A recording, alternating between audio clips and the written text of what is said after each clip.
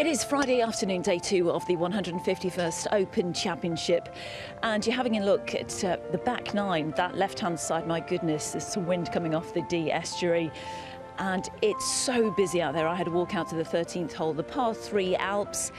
The grandstands are magnificent, and everyone here who's travelled from all over the place, from the UK and from afar, loving every single second. Here with Pete Finch. And Pete, right now, Brian Harman is right at the top of the leaderboard, 8 under par. My goodness, a 66 yesterday, and he continues. Yes, he is having one of those days. Like, he can't put a foot wrong. The last clip I saw of him, he managed to hit it into a bunker off his tee, come out backwards, miss the green, and then chip in for his par. Oh my goodness. And I'm not saying that I picked him prior to the event to win, but I did.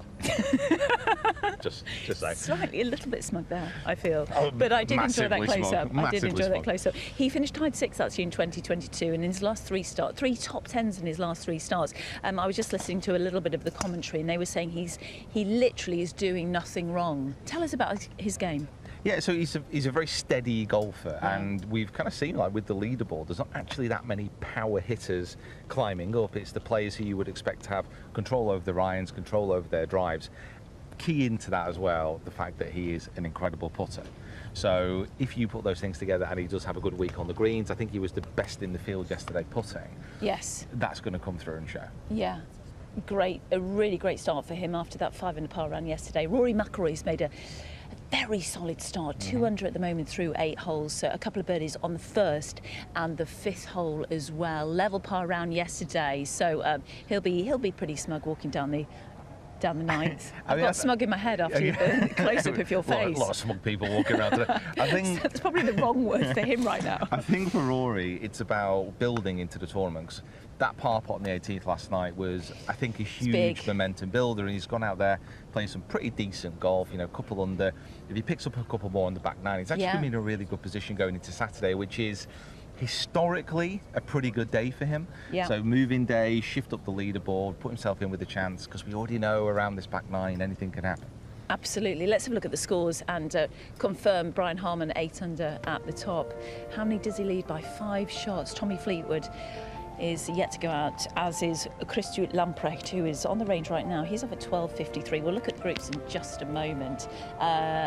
Also, yeah, Emiliano Grillo is -4, 314 +1. It's always hard, isn't it, to back up a really low round? Yeah, he's actually steadied the ship. He had a very, very rough start, but he managed to maintain his composure, get it back to +1, and actually going into that kind of 3rd round, you know, being 4 off the lead around here, it sounds a lot, but actually, in reality, that's a very good position to be in. Absolutely. Wyndham Clark yet to go out 3 under par. Moving on to some of the other scores. Max Homa was on that front page as well. A winner this season on the PGA Tour, of course. Rory McIlroy -2, confirmation there that he is 2 under for the day through 8 holes. Jordan Spieth yet to go out. Matthew Southgate, such a great story. Having come back from cancer, he's been through a lot. -1 at 70 today. As we highlight, you know, the tee times range from 6:35 a.m. until 4:16 p.m. We love this 1 tee start, don't we? Yeah, we do. And to be honest, the split between the really world-class players and those star groupings has been absolutely fantastically split. It's worked out really, really well. So the fans out on the course and everyone watching at home, they have that opportunity to watch their favourite players and not really miss any of the action that they want to see. Here is Christian Lamprecht leaving the range. His tee time is at 12.53. We'll show you who he's grouped with in just a moment. But my goodness, what a fantastic few weeks for him, having qualified and coming here under the guidance, or, you know, his role models are Louis Oosthuizen, Brandon Grace, Charles Schwartzel, 6'8", hits it an absolute mile. It's an incredible story. I think today is going to be interesting to see how he reacts, because obviously no one was really expecting him to be top of the leaderboard after round 1. He's had a night to sleep on it, to reflect on his position.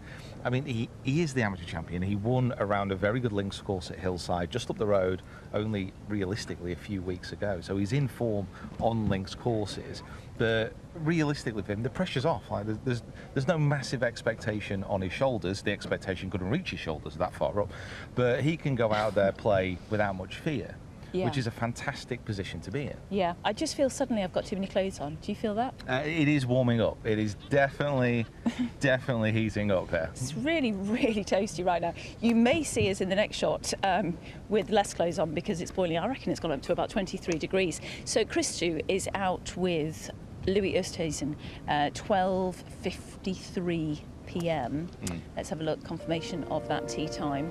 Look at that gorgeous setting by the D estuary.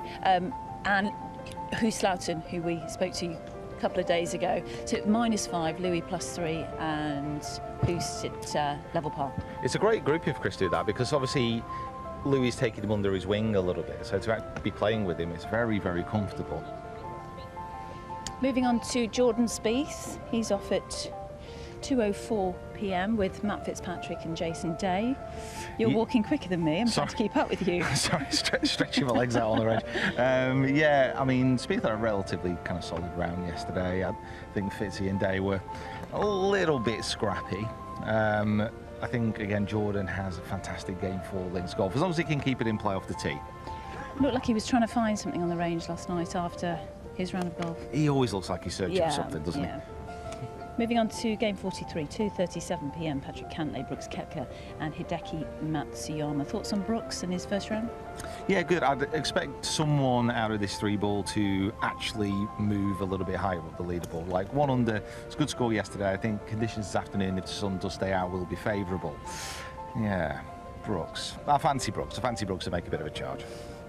Glad you finished off that sentence. And Tommy Fleetwood 5 under par, joint leader after 18 holes, of course, with Scotty Scheffler, the world #1, and Adam Scott. As you alluded to yesterday, a really relaxed group, these three. Their demeanours are pretty similar. Yeah, and you know, it was a group that took so many fans around with them yesterday as well. And Tommy, last night on his social media, he was posting about the support, how amazing it was, and to keep it coming. So it's something which he hasn't been fazed by. He's trying to use it to push him forward. It worked yesterday. Yeah. Will it work today? I'm sure it will work today. It'll be louder today. Well, to take on that pressure from yesterday and just produce that 66 stands you in good stead for day 2. Conditions today, actually the sun's just come out, as we said, and the wind is pretty much, as you walk out, it gets a bit wild towards 13, 11, 12, 13. As far as a day to view links golf, this is perfect. The sun is out, visibility is beautiful, there's no rain, there's a wind across the course to really kind of make things interesting. It's not blowing a gale by any means, but it's just enough to make the players think and to be able to work the ball as well. One of the tee times to look to is 2:59. Cam Smith is with Xander Schauffele and Wyndham Clark, and Cam +1. Probably he wanted it in the red figures. He was hitting it terrible yesterday off the tee, especially. But again, his putting dug him out, and if you're a great putter, you've always got a chance. You can have a duff round in there. He won't challenge if he hits it like he did yesterday. Like when we spoke to him a few days ago, he was chatting about how well he was driving it. That did follow him onto the golf course, unfortunately. So if he can get a bit of that form back, then great. Wyndham Clark is probably the biggest surprise here because he hits usually just a massive cut. And there's quite a few holes out here which do favour a little bit of a draw. So he was a bit of a surprise for me yesterday. Obviously fantastic player, you know, US Open champion. He's got a great game. But yeah, it did surprise me a little bit. So big. He's playing in his first Open Championship. It's incredible, isn't it? It really is, and as I said, I walked out there and the crowds really are swelling. It always gets busier, doesn't it, towards the weekend of an Open Championship. We had about 45,000 through the gates yesterday, expecting more of the same, and then a lot over the weekend. I think we're expecting 260,000 throughout the week. I think the on the course, and the Open Arms was doing a absolutely thriving trade, so I'd be expecting a lot of people to be wandering around, especially with Tommy cheering him on. Just got the big easy O'Neills walking onto the range right now. One of the stalwarts of the Open, having won in 2002 and 2012, and we've got Stuart Singh, winner in 2009. Where's Stuart? He is down in Bay 2, which is just actually in front of us. Oh, did you hear that roar, Pete? It's fun. I love the fact that the range here, it's not far away from the course, and you can hear you can hear when someone makes a good putt. You can hear when someone has a little bit of a mess up. I was wandering past the 17th before when there was the first hole in one there, and the atmosphere was absolutely buzzing. It was so cool. What about pin positions today? Have you got the pin positions? I do have the pin positions. There are. Are they in your back pocket? They are. Oh, great. I'm going to get them out because we want to look at that. So, in fact, if we walk back to the desk, if that's okay. Yeah, we can lay them out. We can take a look at these pin positions. I'm glad you've scrunched it. Tell us about the hole-in-one on 17. Yeah, so it was a young man called Smythe, very tall, nice little top knot. Managed to pop it onto the green, one bounce, and pretty much straight into the hole. The whole place absolutely erupted. What time was that? It was when I was running back to the range, so I'd say it was about 11:30. I've totally missed that. That's brilliant. Thank you for that information. No, it's good. It's great. Let's show you the pin position on 17. Yeah, so on 17, even though it is over that front left bunker, the front left bunker on this green is probably the most tame. So there's a few people who are going at the pin. The wind's slightly into off the right, so it's actually quite a nice looking pin. There's a couple of smelly ones in a row though, has to be said. So if we have a look here, down at 11, so the 11th hole punch bowl is right on the edge here. Now, what's the contouring of the green like there? So you can run it in off the front, a little bit from the left to right, but this little kind of blank space here, that's a hollow. So if you do get a little bit frisky and you go past the pin, you leave yourself a really difficult up and down. Then that's backed up with an absolute horror show on the 12th. That pin there, front right, huge runoff area here as well. That is not one to go for, but I have to say the greenkeepers have been rather nice because you jump up to 13 at the top here, and if you hit it a bit short, a bit left, you can roll off the bank and down onto the green. So there are some challenging pins out there, but actually there are a few that you can get at, like the 18th. That 18th pin there, front right, that is prime Eaglesville. If someone can get a rim up the front. Takes these bunkers out of play, really. Absolutely. There's a couple of bunkers to the right-hand side, but there's no bunkers at the front right of this green. So if you do get it running down with the wind, like you do have a good chance to run up and get an eagle there. And this was the bunker where we saw a lot of drama last night, didn't we? Yes. At about 8:30. I think part of Justin Thomas's soul is still trapped there, unfortunately. Unfortunately. What about Rory McIlroy's though? Rory McIlroy actually, well, Rory would have come off that hole absolutely buoyed because he made a fantastic up and down. It was surprising the 18th yesterday just how many pars there were. A par 5 finish downwind. It's a tough tee shot, but you would expect a few more birdies. It's simply because that pin was tucked behind these bunkers, and the bunkers were just so hard to get out of. Now, R&A made a bit more of a conscious decision today to get the greenkeepers out and to actually make the bunkers a little bit more of a bowl shape. So rather than the ball just dropping in and staying near the edges, it is coming away from them a little bit. I understand why they've done it, because it did seem overly penal yesterday. I mean, these bunkers are hard to get out of anyway. Yesterday, it seemed a bit unfair at times. I mean, admittedly, I do like the chaos every now and again, but it was incredible viewing. Yeah, it's a tough one, isn't it? Because the players will always moan because they want it to be as easy as possible, as simple as that. But as a fan, it was also a little bit awkward when you saw them struggle quite that much, in my opinion. So I think they've made the right decision just to make it a touch easier when you do go into the bunkers, because they're not coming miles away from the face. They're coming just far enough away to actually give an option, which is nice to see. Yeah, I was just looking for Ernie L's score actually, because he's just to our left-hand side. He was 4 over yesterday, and he was, what happened? He was out in 37, and then actually birdied it on 18 yesterday for Ernie. Yeah, one of the round ones. I think with the cut today, you're probably going to be looking at about a 3 over. With the conditions this afternoon actually looking quite pleasant. Yeah, I'd say potentially 3 over. Do you know, it's so sunny. Do you mind if I just get my hat? You stay here. Okay. And have a look at Ernie. Just going to grab my hat. Just going through his warm-up routine. There we go. Starting with the wedges and working up. Yeah, as we said, 2002 champ, 2012 champ, Big Easy coming back here. How different was the game when he started playing, Pete? We spoke to Colin Montgomery, didn't we, yesterday, and he was saying how different the game is now in comparison to when he was at his prime. Yeah, well, I mean, Ernie and Monty, they were playing the game at pretty much the same time. Ernie's had an incredibly long career when you think about it. His swing is suited to longevity, though. Like, it looks like it puts absolutely no pressure on the body at all. Yeah.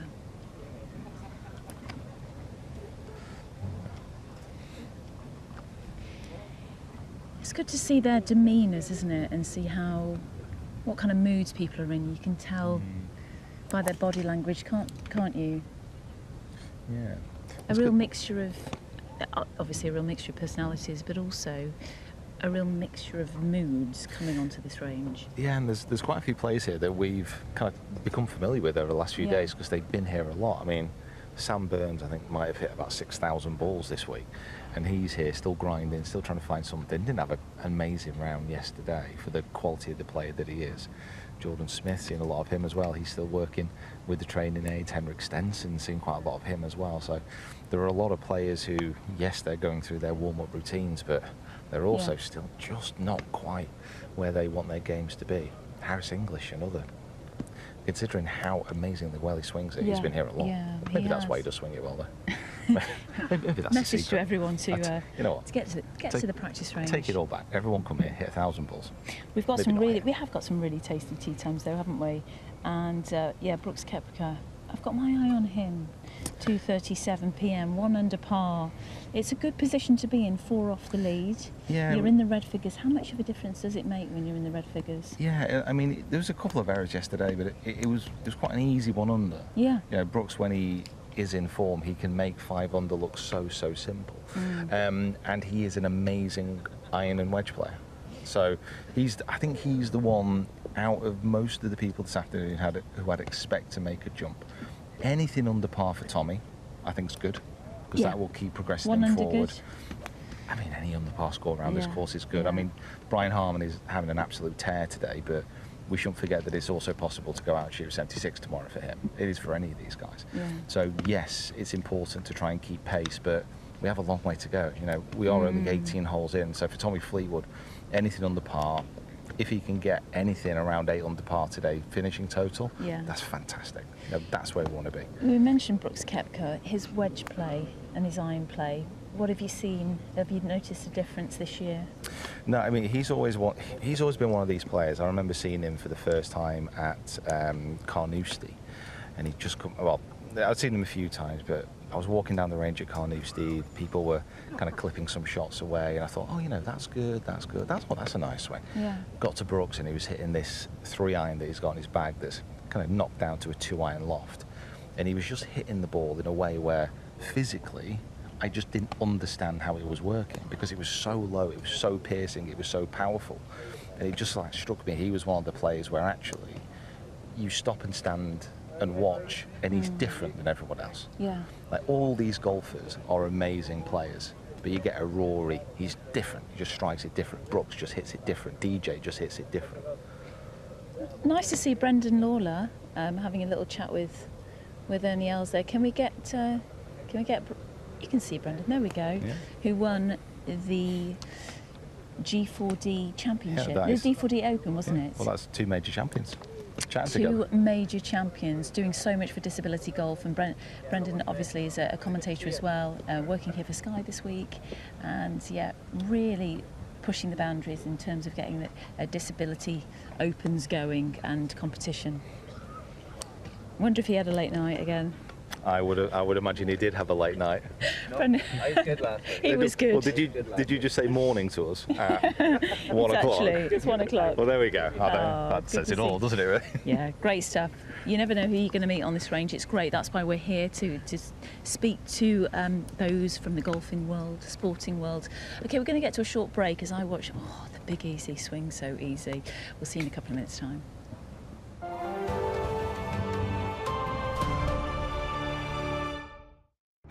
Follow the 151st Open in unrivaled detail on the Open.com and the Open app. Go behind the scenes with Live at the Range from Monday to Sunday of Open Week. Yeah, that was flush. Track every shot hit at the championship and get real-time statistics with ShotView. Get minute-by-minute coverage on the go with Open Radio. Well, are jumping up and down. It's an unbelievable bunker shot.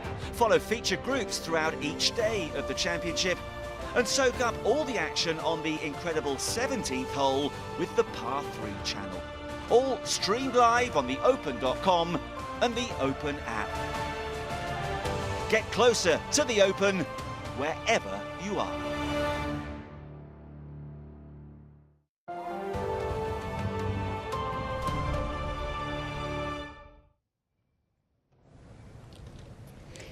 Welcome back to Live at the Range. We're here until 4 o'clock, bringing you inside the ropes. Pete and I have had a good old chat here, so let's head to commentary and join Simon Holmes and Josh as well. Josh, how are you? I've not spoken to you for quite a while. Hi, Di. I've not seen you in absolutely ages. The weather looks amazing down there, by the way. It is amazing. I know the last time I saw you was, I think it was at the JP McManus event, wasn't it? Adair Manor. Yeah, it was, yes. absolutely. We had a great time there. We did have Josh, I've not seen you for a day and I already miss you. I always miss you, Pete. You've got too many layers on there, Pete. It looks roasting down there. I know it is. It is actually roasting. Yeah, it is. I've not got my fat top on today though, so this is it's a little bit revealing, this t-shirt. So I'm going to try and keep this on as long as possible. It looks nice and tight. It does. Hey, Pete, Ernie's a bit of a hero of mine growing up. You too? Oh yeah, of course. I mean, he was one of the swings that, like, I'm sure everyone from my generation wanted to model themselves on. You had Ernie, you had Tiger. For me, I had Monty as well. So I had quite the mashup of a swing when I was a kid. Yeah, he's brilliant. And another guy up here, Simon Holmes. I know, Simon, you are a huge Ernie Els fan. Yes, interesting to see. When I first met Ernie Els, it was at Woodall Spa. And probably he was about 16 years old. He was that tall and as skinny as 2 1-irons put together. And he had the highest arm plane in his backswing. And I actually think he probably swung better there. So amateur golf days all the way through. Watch those pace. It's always had, I think probably like the poster boys for rhythm. Freddie Couples and Ernie Els. Can I put Retief Goosen in there as well? Yeah, yeah, absolutely. Retief Goosen's got a little bit more acceleration, a little bit more flash speed. But like, if you think about, like, what would you say? Like, so you take someone who's never played golf and you go, so what's it supposed to look like? And you go, okay, just watch this. It is supposed to look like that. It's easy. It is. And so though anyone would say, what, just like that? Well, I'll do that. I could do that. Ernie Els, timeless golf swing. Do you think effortless power. Do you think here on the range, Ernie is working on too much these days? I can tell you, having had loads of time with Ernie Els over the years and years and years, that it all looks effortless to us. But there's a lot. I mean, there is a guy in a week off who's never got a golf club out of his hands. He's always thinking and feeling and working. And I mean, like all of us, like, just to try to get better, right? But I mean, if you think of the continuous nature of the speed, it's like the hinge is very early, so the club gets into kind of like a, by the time his left arm's parallel to the ground, that club is really set, right? And so everything else is for the club now to turn with the body. And so if you can sort of have if we look at this, so we got kind of like the club head works away. You're going to see it go, boom, and back. And we have a look at, so Ernie looking at our dashboard there, just looking, that's a little bit of a lower one. 78 feet of launch, so that's like a semi-stinger. Where do you think Ernie ranks on the Champions Tour at the moment? You've got the likes of obviously Steve Stricker, Harrington, Goosen as well. Well, I would put him in the same breath as that. I think that Stricker is just like cleaning up, right? Stricker's putting is better than anyone else's putting on the Champions Tour by a street. And Ernie would always probably say, you know, what's the one thing that kind of moves around on him? He had a long putter for a while. He has a belly putter. So he's always kind of just fought probably a little bit of that. If you look at the Els swing, though, when it's not working well, the thing that he'll always complain of is that his arms keep running, right? And so what he means by that is the turn finishes, but the arms keep going a little bit. So then when he turns back down into the ball, the arms aren't where he wants them to be. So the sequencing is kind of like held together by the glue of the rhythm, the pace. So Ernie just clipping a few. What's that? I would say that's an Ernie Els 5 iron, I think that is.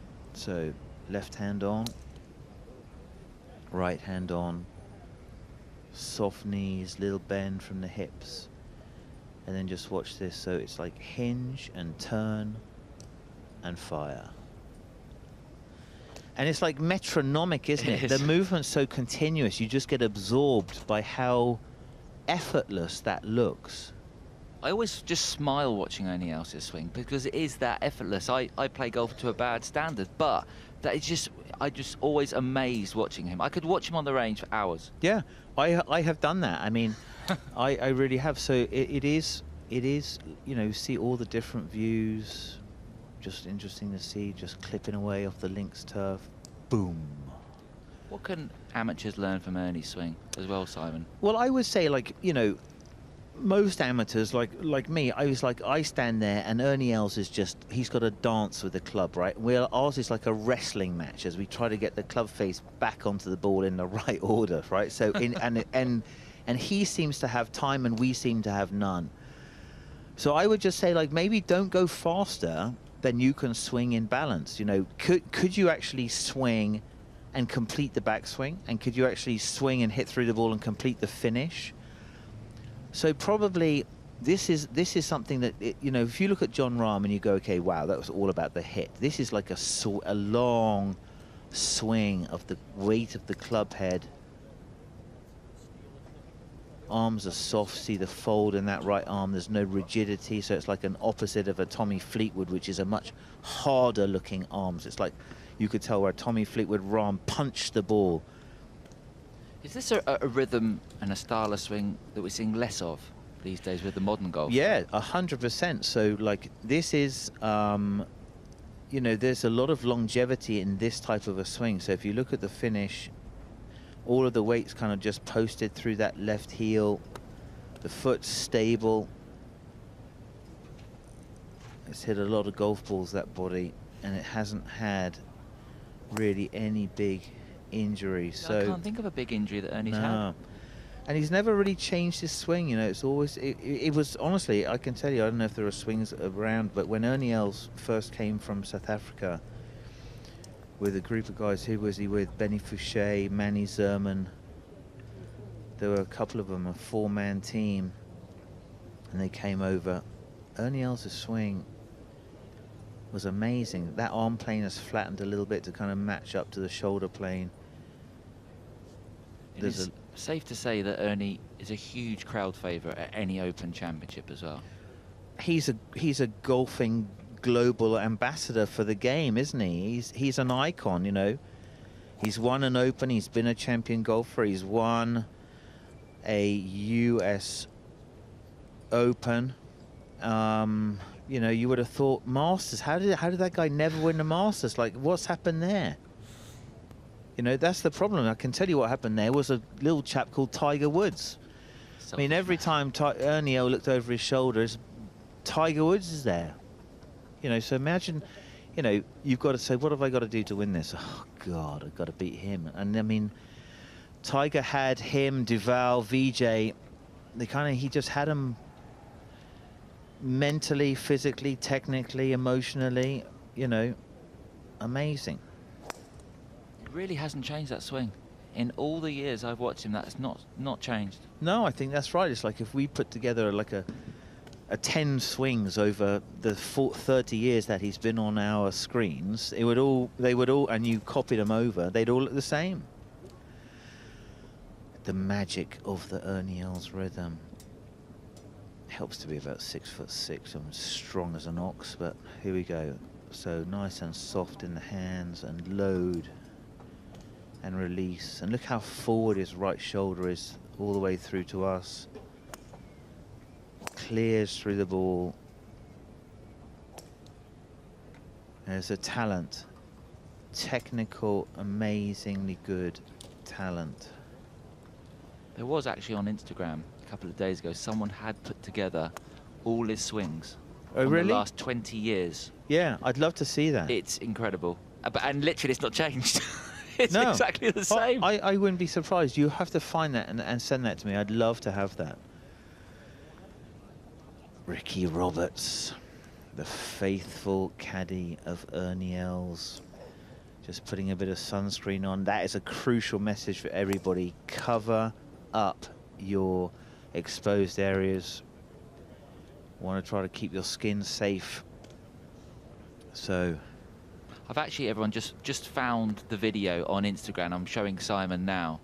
It's from 92 onwards of Ernie's swing. This is obviously horrible audio for everyone, but Simon, it's not changed. That swing It hasn't. we're watching. no, it hasn't. That's beautiful. I mean, it's- whoever put that together, that's really educational. We should say that the flat stick has let him down. Yeah. The last, how many years, Simon? 5, 6 years? I think what happened was, and I mean, this is definitely true for David Duval, right? I mean, having to compete against Tiger Woods, and I mean, David Duval will tell you this, David Duval gave absolutely every single thing he had. He worked so hard in the gym, he worked on his game, and no matter what he did, he couldn't beat Tiger Woods, and I think that's what just knocked the stuffing out of those guys. So you're under so much pressure to try to put a chink in the Woods, you know, try to beat him, try to get close to him, beat him. I think he just exhausted them. I really do. He exposed any weakness, he capitalized on it. I mean, he was a really tough guy to play against. And Tiger, probably for VJ, who else was against him? Certainly Els and Duval. I mean, it was just a really tough period, wasn't it? Mickelson.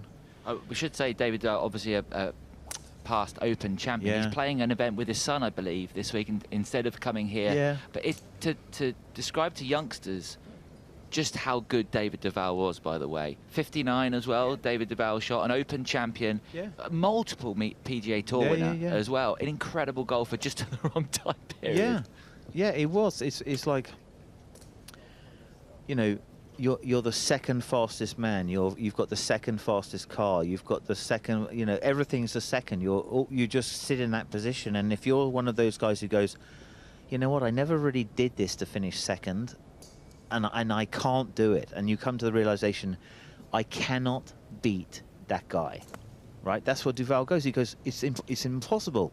It's like a Houdini, right? So, and he kind of lost his love of the game because he couldn't achieve his goals. And golf's a rare sport where that is the kind of thing that can beat you down. It is. It's beaten down a lot of people. I mean, you know, I believe that Greg Norman could not stand on the first tee with Nick Faldo and beat him. I think that Faldo knew he was better, and Norman also knew that Faldo was better, and that was that. There was your perfect example. So, ooh, it's going to be interesting to see Ernie looking up for the weather. Maybe The rest of the day doesn't look bad at all. The weekend looks pretty grim. I'm going to call it that. I think it's going to dodge us. Oh, you think so? I think the weather will move around us, right? Because this week I've taken my waterproofs with me on every single day, and if I do that, too. it normally doesn't rain. I've also got an umbrella wherever I go, and if I bring that as well, hardly ever rains. So I'm going with official. that. I think it's going to be fine. Come up on the weekend, don't worry about a thing. Yeah, the weekend's going to be great. There's going to be thousands here. Yesterday was brilliant out on the course. I was in where all the catering was and the bars. The atmosphere was... An Open Championship is not like any other championship in the world for me. No. It's just a brilliant atmosphere. And it's the buzz. It's such a buzz. Yeah, I came in through the second hole today and just walked through the course, and it was just perfect. You know, all the guys, the marshals who have come from different clubs, 18 different clubs. They got 40 marshals from their club, and they're so proud of it, and they're calling out to tell you where they're from. It's just epic. We should also Here we go. note that Christo Lamprecht, a fellow South African, Yes. Amateur leading the Open overnight at 5 under by his first Open. These are just a little bit of a comparison between Ernie and, well, Christo Lamprecht, who his stock driver is 320. I know he could be an absolute icon. This could be our like first discovery of a completely new superstar player. I mean, Christo has got. Look at that. I mean, Look the at one Apex that's on some of those. Yeah, the Apex. I mean, those are ground-to-ground missiles, aren't they? He's got a 202 ball speed. I mean, that puts him in a little place all by himself. So he's super impressive, and he is currently at 5 under par and will soon be heading to the golf course. And we wish him well. Do you think he can hold on, Christo? Yeah.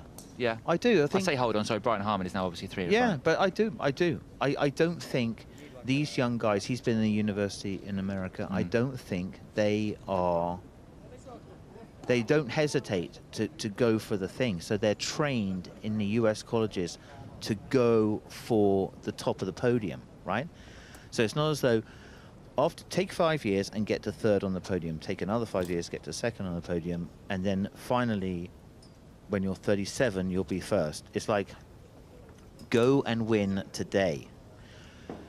And so they changed the mindset, they changed the ambition, they train people to see themselves at the top of the podium, and sure enough, those people get there. Look how fast these superstars are coming out at us. Jordan Spieth came zooming out of college and was amazing. Yeah, it does remind me a little bit of Paul Dunn, the 54-hole leader. Remember back, 2015? St. George's? I wrote it down. 2015, I was right. Yeah. Paul Dunn, and then just kind of faded away there. No, where was that? Lytham. 15, I do remember that. No, or St. Should we just go through No, it's St. Andrews. It's St. Andrews. Yes, It's it St. was. Andrews. I remember watching it. Yeah. I remember watching it. So, yeah, I'm not going to have that as my image. So that was a hard thing to watch. But I think Christo's got there's a little magic in there. He's got his big pals from South Africa. He's got Louis Oosthuizen, whose scholarship funds he's taken advantage of. So, yeah, it's great for us to have another really good South African golfer. That's really important. So, we've got Wilco Nienaber is driving-wise very similar, maybe if not longer than Lamprecht as well. Yeah, not quite hit the heights yet. No, but DP World Tour. It takes a while to find your feet, travel the world. South Africa is such a beautiful country. It's kind of hard to leave it, but you've got to do it. Look at that sunshine. As you said, Lamprecht has got so many South Africans if he wants to ask questions. Yeah. About, fellow Open champions as well from South Africa this week here. Yeah, 100%. Where is he? University of Georgia? Yeah, maybe Georgia like, Tech. Yeah, Georgia Tech. Right. So like that's Stuart Sink territory. Correct. So Stuart Sink is another Open champion. Another Open champion that he can lean on. It is. It's like a little brotherhood, isn't it? So, Christo, okay, makes a bogey on the first. That's easy to do. I think that was our fault. It wasn't my fault. So it might have been your fault. Almost certainly. Almost certainly, yeah. Definitely wasn't my fault. Yeah. So, great bird's eye view of the busiest place in Royal Liverpool, the driving range. This is a nice time of day as well, because you've got the superstar afternoon groups. They'll be heading to the range in a minute. So if you're listening to this, if you're on the course, if you're near the course, I would head to the driving range now and get a seat on the range, because the next hour and a half is going to be magical down there on the range. Yeah, we're going to have some pretty superstar players coming up. So we're talking about Spieth, Fitzpatrick, Jason Day, Harrington, out with Seamus Parangooch, Cantlay, Koepka, Hideki Matsuyama, Scheffler, Fleetwood, Adam Scott, Cameron Smith, Xander Schauffele, and Wyndham Clark, Shane Lowry, Ricky Fowler, and Bobby Mack. Epic. Fowler on 18 yesterday. Oh. 2 OB. Incredible. Going along so nicely as well. Heartbreak. Maybe just a little too aggressive. It's a great final hole, by the way, I think. It is. It's a great final 5, really. 17, anything could happen. Anything, right? 16 is a pretty punishing test, and then you've got the par 5. So, Yeah, par 5, par 4, par 3, par 5. I mean, you could have 5-shot swing in that. Yeah. Right. So that brings it into a very dynamic finish, perhaps on Sunday. Ernie Els. Think about all of the memories he's had. All the back. The back. The back. Ricky with a stand bag. Those legs have walked a lot of miles. How many rounds do you think Ricky's done? Oh my lord. So let's suppose he would probably do... Pick up some maths now. No, I'm just thinking, like, would he do 300 rounds in a year? Would only have 60 days off in a year? Yeah, about that. Maybe. Maybe now. Effortless. Beautiful. Just looking at the course stats for today, the back 9, without a doubt, is playing harder so far today. 16, hardest hole on the course. Yeah. 17 is the 6th hardest hole on the course today. Yeah, and I think back left pin. Yeah, I think because it's so tricky, right? It's like, and then you're basically going. You're not taking on that flying. It's like the same as the 17th hole at TPC in Sawgrass. It's a 9-iron, a wedge, whatever it is, but it's just a case of. It's visually so intimidating because you know the consequences of a mistake. Yeah, 14 as well, 3rd hardest today. That was playing difficult yesterday as well, yeah. 14. Yeah. That's, as you say, it's a brutal run-in. Yeah, I think it really is. I think it's a very dynamic run-in for the scoring, you know. I think it's a punishing start to a game as well. I mean, to have the first hole is a really tough one. That's ranking 2nd. 2 is difficult, and 3 is difficult. So you kind of, is difficult. yeah, it is. Yeah. I think, well, the pin is difficult, isn't it? Because it's so tight. The edge is so tight to the edges there. So, yeah, it's a tough start and a tough finish, and then it kind of gives you a little bit of a stretch. But the front 9, I guess you'll have to be sort of looking like, what could I do from 4, 5, 6, 7? You know, and then try to play it. And I mean, I think probably, you know, 13's an absolutely epic par 3. Fascinating. I mean, Brian Harmer leading at 8 under par. I'm not sure many are going to get past him today. If he stays at 8 If the under. weather's bad, he could almost be on the winning score, right? That's what you've got. Great point. That's what you've got. That's what you got to remember, right? If it's really hard and it gets ugly, 8 under par could win the event. So, Ernie Els, let's just see if he's got a little power in the bag. Let's go 167 ball speed.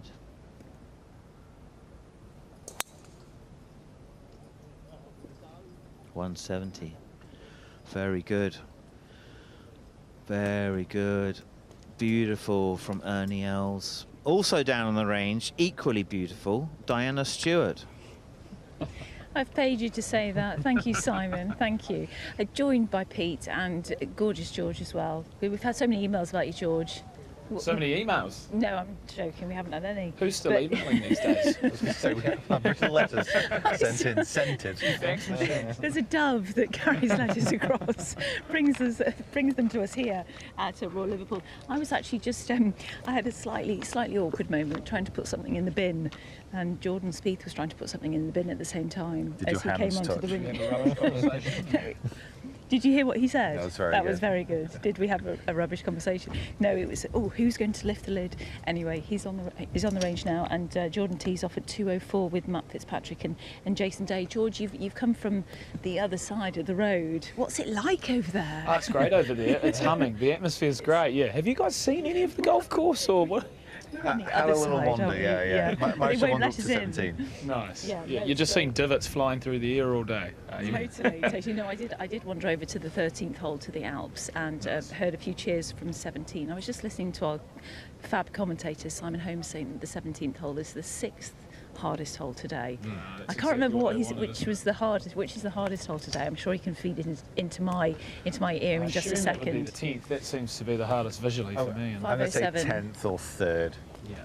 You're going the 3rd, Simon. Which one is it? Which is the It's hardest not hole the 3rd. today? 3rd is the 7th hardest hole today. It's actually 16. Wow. 16 is the hardest hole. Yeah, So par we- 4 into wind. We can so 16 Pete Yeah. is hard, then 1, right? The With first the hole wind is going across. Yes, yeah, tricky. Your third hardest hole's 14, your Yeah. fourth hardest hole's 12, Yeah. and 11 is your fifth. That's kind of like your top 5, and then the easiest then 17. one's 5, obviously. Yeah. That's your easiest. We're going to go through all the holes here, shall No, we? good to know. 15. We've got You enough probably get a little bit information. carried away with a really simple question. Just one And hole. the thanks. last. There you go. You're done. I'm So he out. went 16. He's over and out. Thanks, Simon. Oh, bless him. He's always there. So he Always was there. into that, wasn't he? Then? Yeah. Can we have yesterday's as well, Space Time? That's right. Oh, but we're focusing on tee times now. But 16. Any surprise with that being the hardest hole? I mean, it's a tough par 4 back into wind. It is back into wind, Yeah, isn't yeah. it? I mean, Yeah. it's a very interesting finish. That 15 par 5 gettable, 16 tough back into wind, Yeah. 17.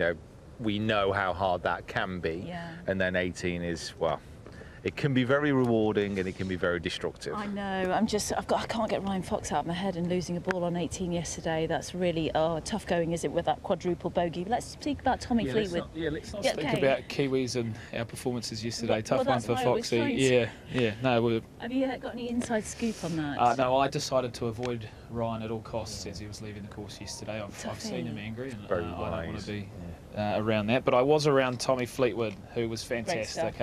His attitude was almost not surprised, but he was just relieved. You could almost feel this massive sigh of release as we were talking, and the atmosphere with all the fans. He just couldn't believe what had actually happened, and that it was not a fairy tale round, but it was, wow, we're actually doing this. Well, it must be hard. If you think about the amount of adrenaline he must have had going into that round, the amount of support that he had, he must have been relieved that his game showed up. Because it was golf's hard. Yeah, it's very easy to have gone round in 3-4 over yesterday and everyone be a bit... Yeah. That sense of being let down would have been palpable even for Tommy, wouldn't it? So the fact that he's managed to go out there with his A game is fantastic. That and was great, It'll yeah. just kick on again today. 100%. It'll be an interesting round for him today because, as I said, he was just so relieved and almost in awe, and it was really nice to see him sort of open up about that and go, this is my dream, and this is his favourite tournament, his favourite major, and he was just looking around gobsmacked. So I'm looking forward to seeing him rock up to the range and see if that's adjusted and see if he's right in the zone and almost going, now I've got to grab this championship by the throat, because there's obviously Tommy's got a record of potentially not getting over the line as much as we want him to as one of our favourites. So He's never really struck me as the kind of person who would grab anything by the throat, though. lovely guy. He's not that kind of guy, is he? He played here in 20. Stand on the open. Did play here in 2014, missed the cut though in 2014, but we know that he finished second in 2019. But local lad here, like Matthew Jordan, who's out on the course right now. I think he's still at 2 under par, Matthew Jordan. We'll just check that for you. But Tommy does have that weight of expectation. Always difficult after a really low round to continue with that. So the first few holes here, with the first being a real toughie today, you want to get off to a good start. Yeah. You've got to pace yourself. I mean, the weight of expectation is an interesting thing. All these guys can feel it, if they're playing certainly near to home. It depends how you use it. Weight of expectation can push you down or it can push you forward. It's one of those two things. Yesterday he pushed him forwards and he just needs to carry on that momentum. It's obviously a lot easier to say it here when you've got no pressure on us at all, have we? Yeah. So when he's on that first tee, when he's got 4,000 people shouting and screaming his name, hopefully he can use that again just to propel him forward. Well, it's not been a good start for Christy Lamprecht. He's bogeyed the first hole and everybody is looking for his ball right now on the second. And how tough though, as we said, Yeah. he's not the only one to bogey that first hole, so No, but he'll what be about fine. How long have you got? Remind of you is how 3 long have you minutes. got? 3 minutes from when you first arrive. Yeah, So the clock will be on and people are counting, people are pacing. His heart will be racing, thinking, come on everyone, can we get some more people from the crowd looking for this golf ball? It must be one of the most stressful situations ever to I wonder where lose he's your lost ball it, in an 'cause open he's pulled driver. championship. He can bomb it down with the wind. I wonder, he must have Yeah. lost it left. We're just trying to find out, did he lose it left? I'm asking everyone in the truck, did he lose it left or was it right on the second hole? We're just finding out right now. It's a tough one for tour pros as well, because if you think about, especially with the Open, the amount of spectators, the amount of crowds that are out there, to lose a Yeah. ball with this many people looking, it's just Yeah. so Pretty unfortunate unlucky. when it happens, yeah. Do you, he's Diana, found it. it is way right. He's found it. Breaking news here, he's found it. He hit it right towards the first tee, but it's been found. He will be hugging that person who found it, and they will take 10% off his winning. I'd be scared for that person. Of his winnings, which will be none. Which I mean, I was going to say, I was waiting for you to say that. Fantastic result. Yeah, picks up the silver medal. Hopefully, we'll see how he goes. But yeah, drama unfolding as the wind. The wind here, obviously, we're a little bit sheltered here, aren't we? As you head out to the D estuary, my goodness. George, you've been out there. You're looking quite weathered. Yeah, thank you. Thank you, Di. Always a pleasure to be here on the range with you. You look great from this facility. Honestly, yeah, no, you're looking great too, guys. But yes, I have been on course. I was right out there this morning with the rules team, setting up a few pins, which was interesting to see how they go about their business. So always nice to see them getting up early, pacing everything out to the nearest millimetre to make sure every pin is inch perfect. Yeah. So even at that time of the morning, the wind was strong, and it hasn't changed at all. So I think today, in terms of any advantage, whether it's morning or late, I don't think it's massive. I think it's pretty tough generically. Yeah, I think the only advantage maybe the afternoon starters, it's just a bit warmer. Yeah. This morning there was a smattering of rain for like half an hour, but it was quite chilly.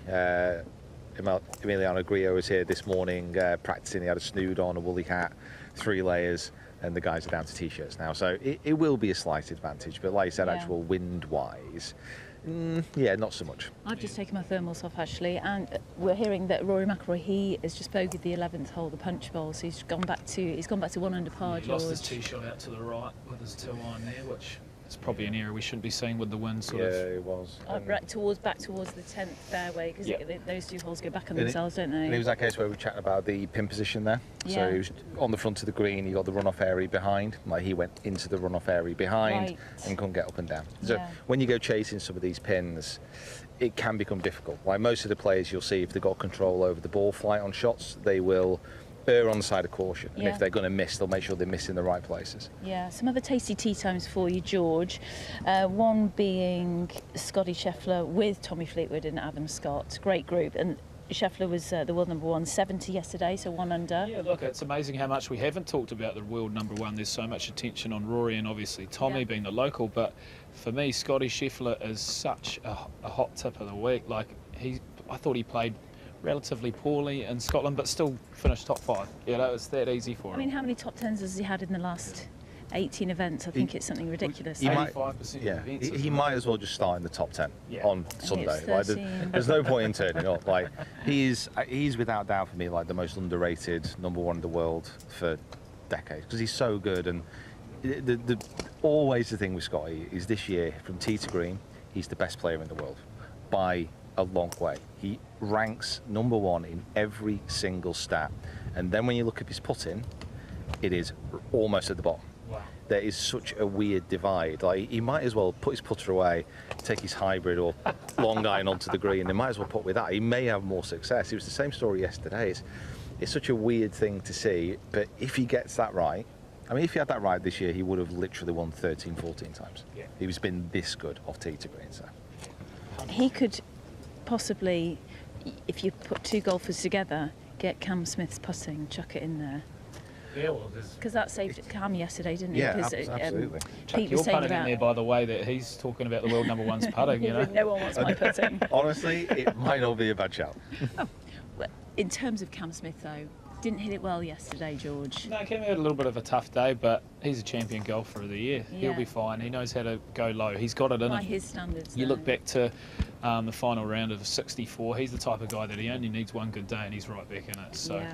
I wouldn't count him out either. Do you know, just thinking of great rounds in Open Championships, obviously Brandon Grace's 62 at Royal Birkdale really stands out. I was chatting to a couple of the guys about Henrik Stenson's final round at Royal Troon of 63, and he was up against Phil Mickelson, wasn't he? Yeah. 65, 2 of the greatest rounds of golf. Under that amount of pressure, to shoot a 63. That's maybe one of the best closing rounds Yeah. of an Open ever because it's great. Obviously, Brandon Grace's score 62 is unbelievable on that golf course, and it set the record. But it didn't actually matter at the end of the tournament. Like Phil Mickelson, Stenson, them going head to head, that was for the title. Yeah. Same as Cam Smith at St Andrews last year. It was an amazing round, and it propelled him to the win. It's one thing having an amazing round at an Open. It's another thing having the amazing round when it counts to win. Yeah. And those are the champions we end up remembering. Are you ready? Are you born ready? I know you two are. Okay. On that note, we'll take a quick break and we'll be back after this.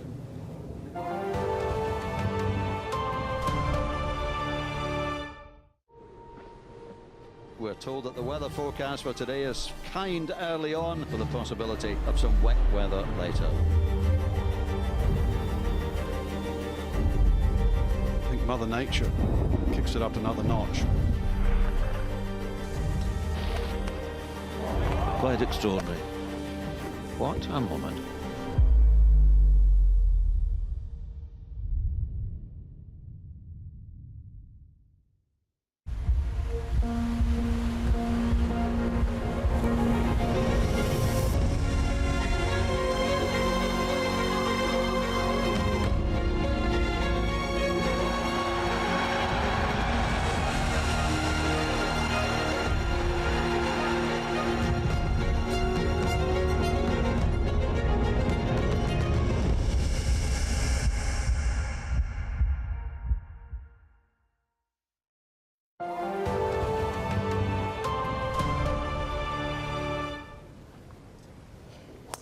Welcome back to Live at the Range, one of the best views in golf. We've been here all week, and my goodness, I could be here for another few weeks. It's simply sensational watching these swings in front of us, picking up some top tips. We've got the gallery behind us, the grandstand, bird's eye view of what all the pros are doing, their warm-up routines and how they prepare for a major championship. It is round 2.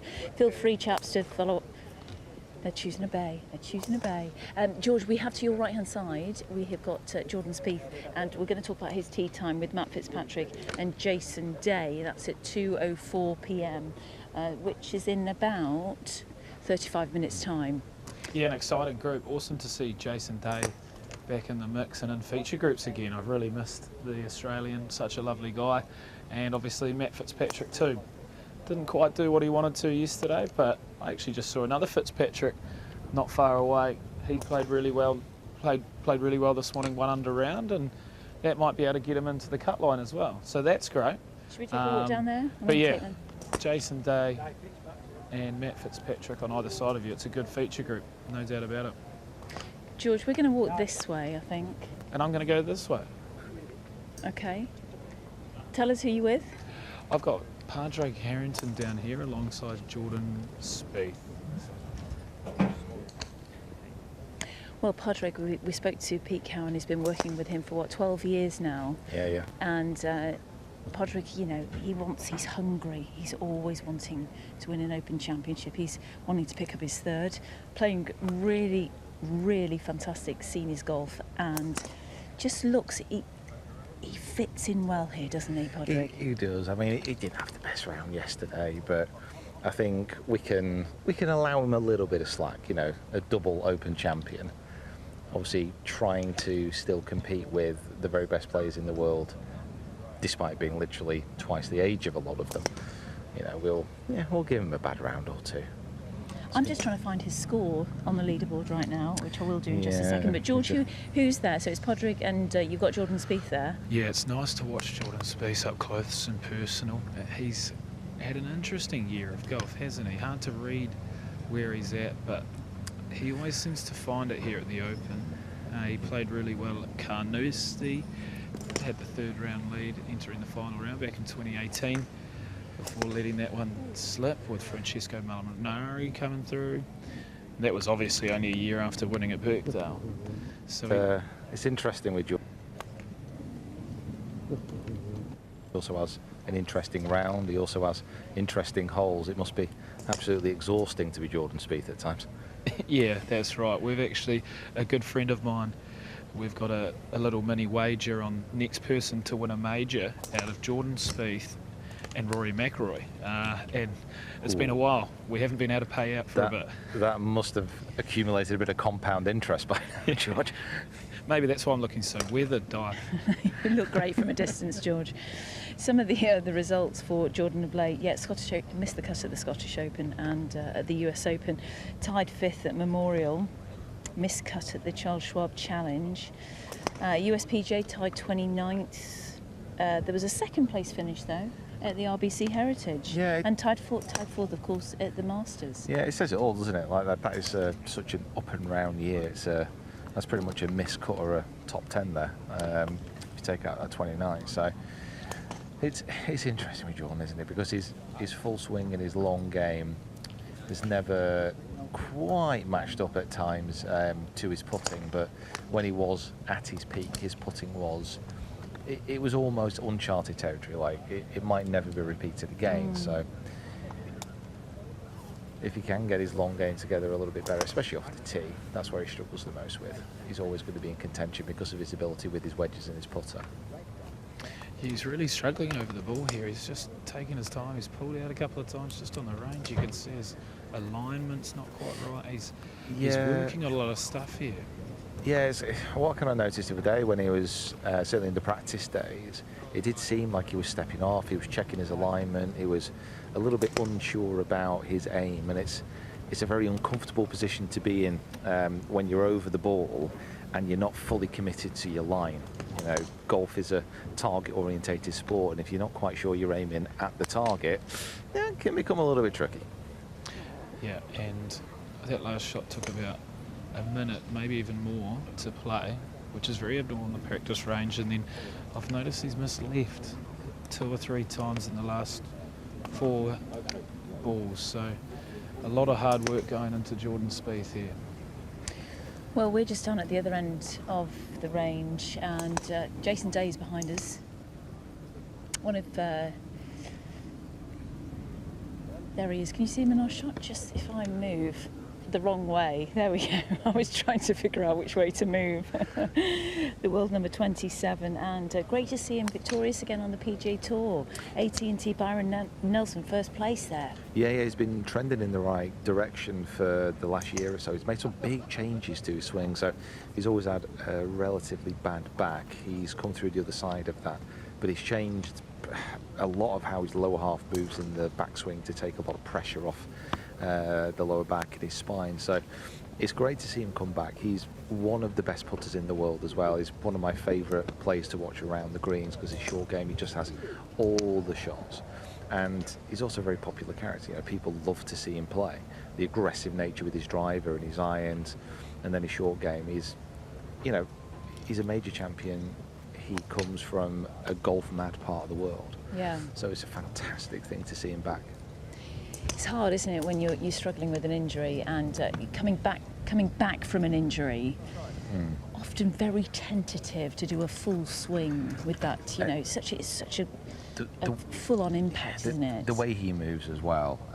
He's so fast through the ball with his rotation that any kind of injury to his back, and everyone knows this, if they play golf and they've injured the back, it's almost impossible to get away from. Yeah. Back injuries, wrist injuries, whenever they occur, they're so nerve-wracking for the professional golfer because you can't get away from them. And that's why it's such a worry when they do occur. But he seems to have come through the other side of it, seems to be swinging, seems to be healthy. Yeah. And I was just delighted to see him back in the winner's circle of late. Really, a really good story again. Okay, we're going to stay down on the range and head up to Josh and Simon up there. Thank you so much. Lovely chat. It's so interesting to sort of see firsthand what's going on down there. We've got a couple of big superstars just cruising through. Jason Day. One of the big comeback stories of the year, Josh. A fantastic comeback story. A former PGA champion. He went through some hard times, Simon. It's very hard to quantify just how much he struggled and almost gave up the game as well. Yeah, I mean, it's extraordinary. When we were out on tour and we were sort of looking at, okay, where's the talent, Honestly, we were all thinking, like in 2015, that this is going to be the guy who could beat Tiger Woods and become the next really dominant player. And then it was in the US Open that year, if you remember, like on the 9th hole, his 18th hole, he collapsed. Incredible. Right? He collapsed and really had a tough time with what was diagnosed as a vertigo, right? And then, he suffered that a lot, and then he suffered probably from a swing that had maybe too much hip resistance in it, some real lower body and hip pain. And so this isn't a guy who lost his game, this is a guy who lost his health, right? And that's a big difference. So he lost his health, And you've got to take your hat off to a guy who fought his corner like he did. So he sorted out his health, and he worked on his body, and he sorted out his swing, and he worked on his game. And Chris Como, I think, really has done a fantastic job in kind of helping him. Chris Como's an amazing guy. He's a golf coach, but with a really strong biomechanical knowledge. Very, very interesting guy. And there you have it. Tournament winner this year in style. Absolutely, yeah. Byron Nelson. He was trending at that point. He had a brilliant mid part of the year. People should always remember as well, he was world #1 golfer for over 50 weeks as well, Jason Day, in his palm. This was the guy. We all sat there and thought, you know what? So I remember being at Whistling Straits, right? He wins the first USPGA. Yeah, I was there and as well. Right, and you go, he hit driver in the middle of the fairway, 350 yards every single shot, and you just think, wow. And then he did everything else well. So he had like the power, the game, the ability to handle the pressure, and we were going, okay, this is it. This is the next guy. That year, bang, vertigo diagnosis, really, really battled it. And you know, he's a charming guy, so it's like people were really genuinely super sympathetic to his situation, and it took him ages to kind of flip the health button from red alert back to normal. When we're out on tour, Simon, I love going to the range. I love going to the chipping greens as well. There's two players for me who I love watching their short game. Justin Thomas is one, and Jason Day is the other, for the simplicity in their action. There is no funky movements in there when I watch them. No, I think that's right. I think like Jason Day is like a very kind of, you know, much stiffer, like the opposite of Mickelson. Whenever Mickelson's on one end of when Mickelson is one end of the spectrum of skills, of hands and fast, scoopy wrists and stuff, Day is the opposite, like much more wooden in the wrists, much more of a you know, we look at Mickelson's short game and go, okay, that's amazing, but I can't do that.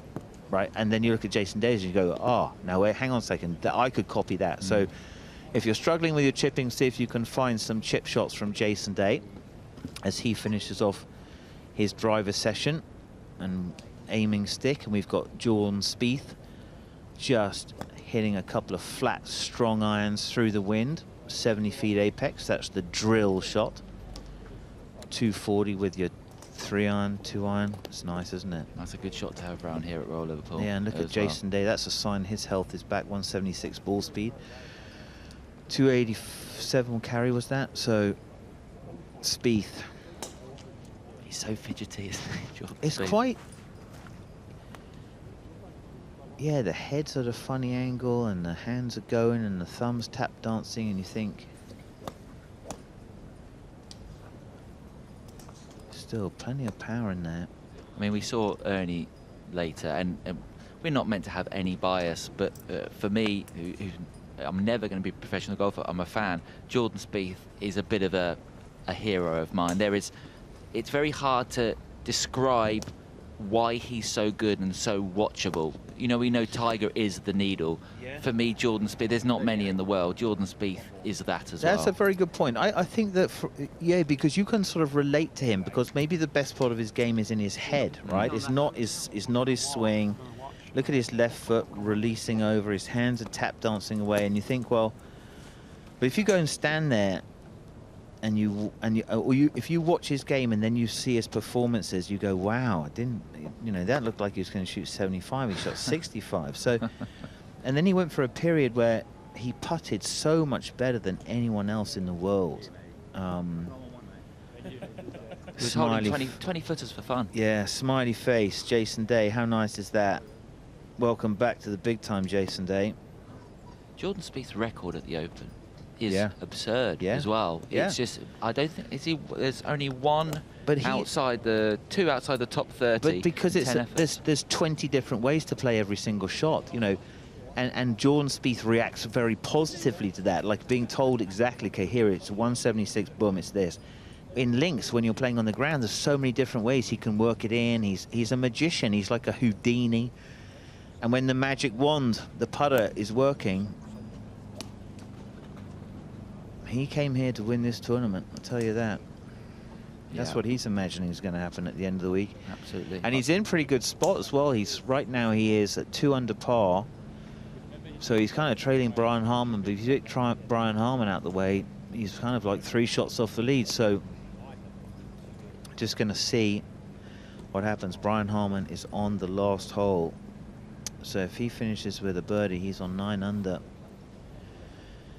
And that's amazing. So we've got this incredible wave now coming down to the driving range, Josh, for the sort of starters, the kind of the highlights featured groups, I suppose they are, or the superstars who are going out this afternoon. Jordan Spieth, Fitzpatrick, Jason Day, soon to go, 2:04. Harrington, Seamus Power, Taylor Gooch. And then you go Cantlay, Brooks, Hideki Matsuyama, Scheffler, Fleetwood, Adam Scott, Cameron Smith, Xander Schauffele and Wyndham Clark. Shane Lowry, Ricky Fowler and Bobby McIntyre, just as a little afternoon soupçon. I'm not sure how fans would want much more than that. That is a fantastic Friday. Well, what's amazing is you can just go pounding round with your morning superstars. Bacon sandwich. There's the hole-in-one man. Yeah, coming Travis. back out.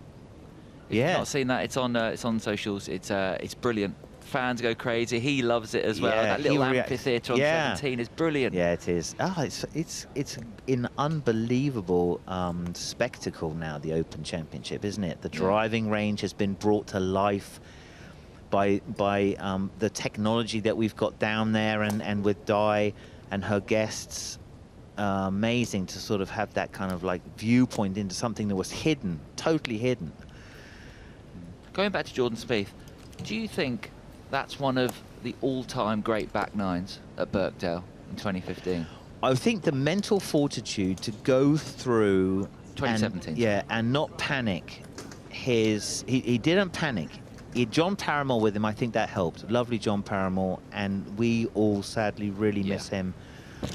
Amazing, lovely man. So I think that helped him, right? Because John Paramore's not going to make you, he's not harassing you. He's helping you to find the situation and explain to you what your options are. And so Jordan was slow to go through that. And then when he recovered from that, and then Kuchar, I think, he sort of just turned the screws a bit on Kuchar.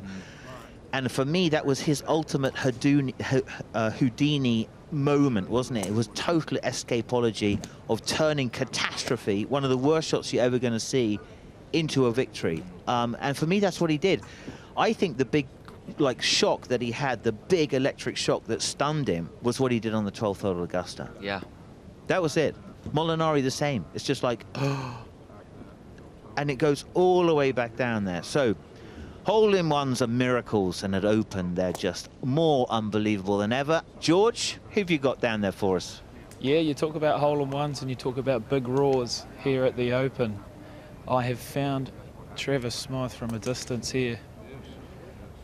He's at range rare, coming back out after a big couple of days. But everyone will remember his big moment on the 17th hole. Travis. Hey mate, congratulations. Thank you so much. First hole-in-one at the Open, and probably the first hole-in-one broadcasted on that new hole. How does that feel? Amazing feeling. Hit the perfect shot. Everything was just perfect for that hole-in-one. I mean, it was a little 9-iron. The wind was in out of the right. I had to hit it soft. I couldn't have hit 8-iron. It was just the perfect shot. Now that green's so challenging, and it's obviously a bit high, and you might have not seen the base of the cup. So what was that moment when you heard the crowd screaming? Yeah, it was awesome. If it wasn't for the crowd, I wouldn't have known it went in. But the way they reacted, I just knew straight away. It was, unbelievable feeling. And then, even walking, obviously, to the green, everyone's congratulating me, picking the ball out of the hole, cool moment. But also walking towards 18, same thing. And it happened down the 18th fairway as well. So it was bittersweet. I obviously not too happy with the way I played, but to go out with a bang is pretty cool. That sort of summarises golf quite well, doesn't it? It can be a tough day at the office, but now you've created a memory you'll never forget. 100%. Yeah, golf is brutal at times, and especially at Royal Liverpool it is when you're hacking out of the rough all day. But yeah, it was an amazing week. Obviously, first major for me. Stinging to get back and keep playing more, and very, very happy with the way it all ended. Yeah, you say your first major. Can you summarise this great experience for us at the Open Championship? Yeah, I mean, it was bigger and better than what I thought. You know, like, honestly, growing up as a kid, I always thought the Masters was the best major.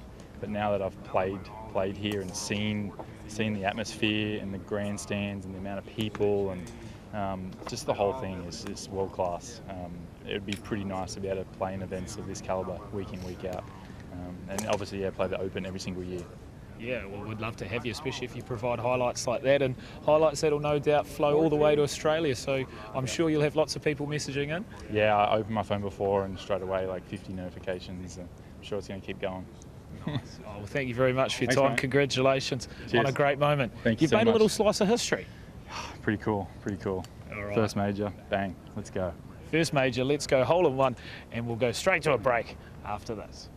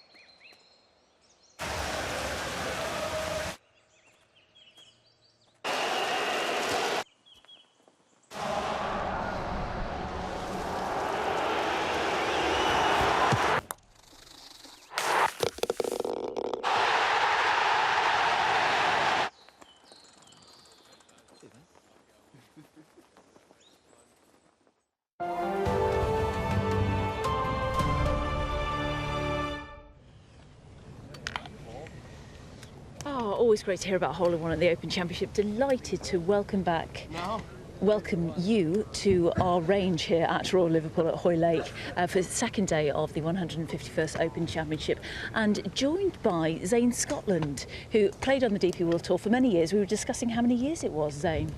Yeah, on and off. Yeah, I mean, I played my first one in 2003, yeah, and I kind of stopped playing in 2015, but I was on and off the tour in the middle of that. You know, I played a bit of DP World, a bit of Asian Tour, yeah, played a Challenge Tour, probably a bit too much Challenge Tour, a couple of Open Championships, so I've had a go at it. Yeah, and for the RNA, you are an ambassador for... I'm a diversity ambassador for the RNA, you know, I kind of live the both sides of it, you know, being mixed race.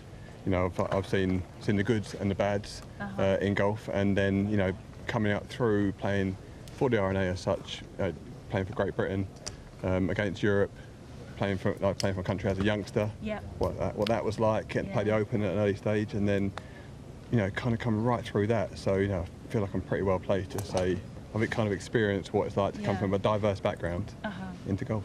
Just how old are you now? Looking very young and fresh. Depressing, I was 41 the other day. Happy birthday. Life begins 41. At 41. On Monday I was 41, yeah. Great, so well, I turn on my television and you're always on TV with all a different show, different documentaries, which have been fab, haven't they, Pete? Yeah, it's been great, and just in case people don't know at home, you are the youngest person to ever go through qualifying and get to the Open. Yeah, many moons ago, yes, 1999, at the age of 16.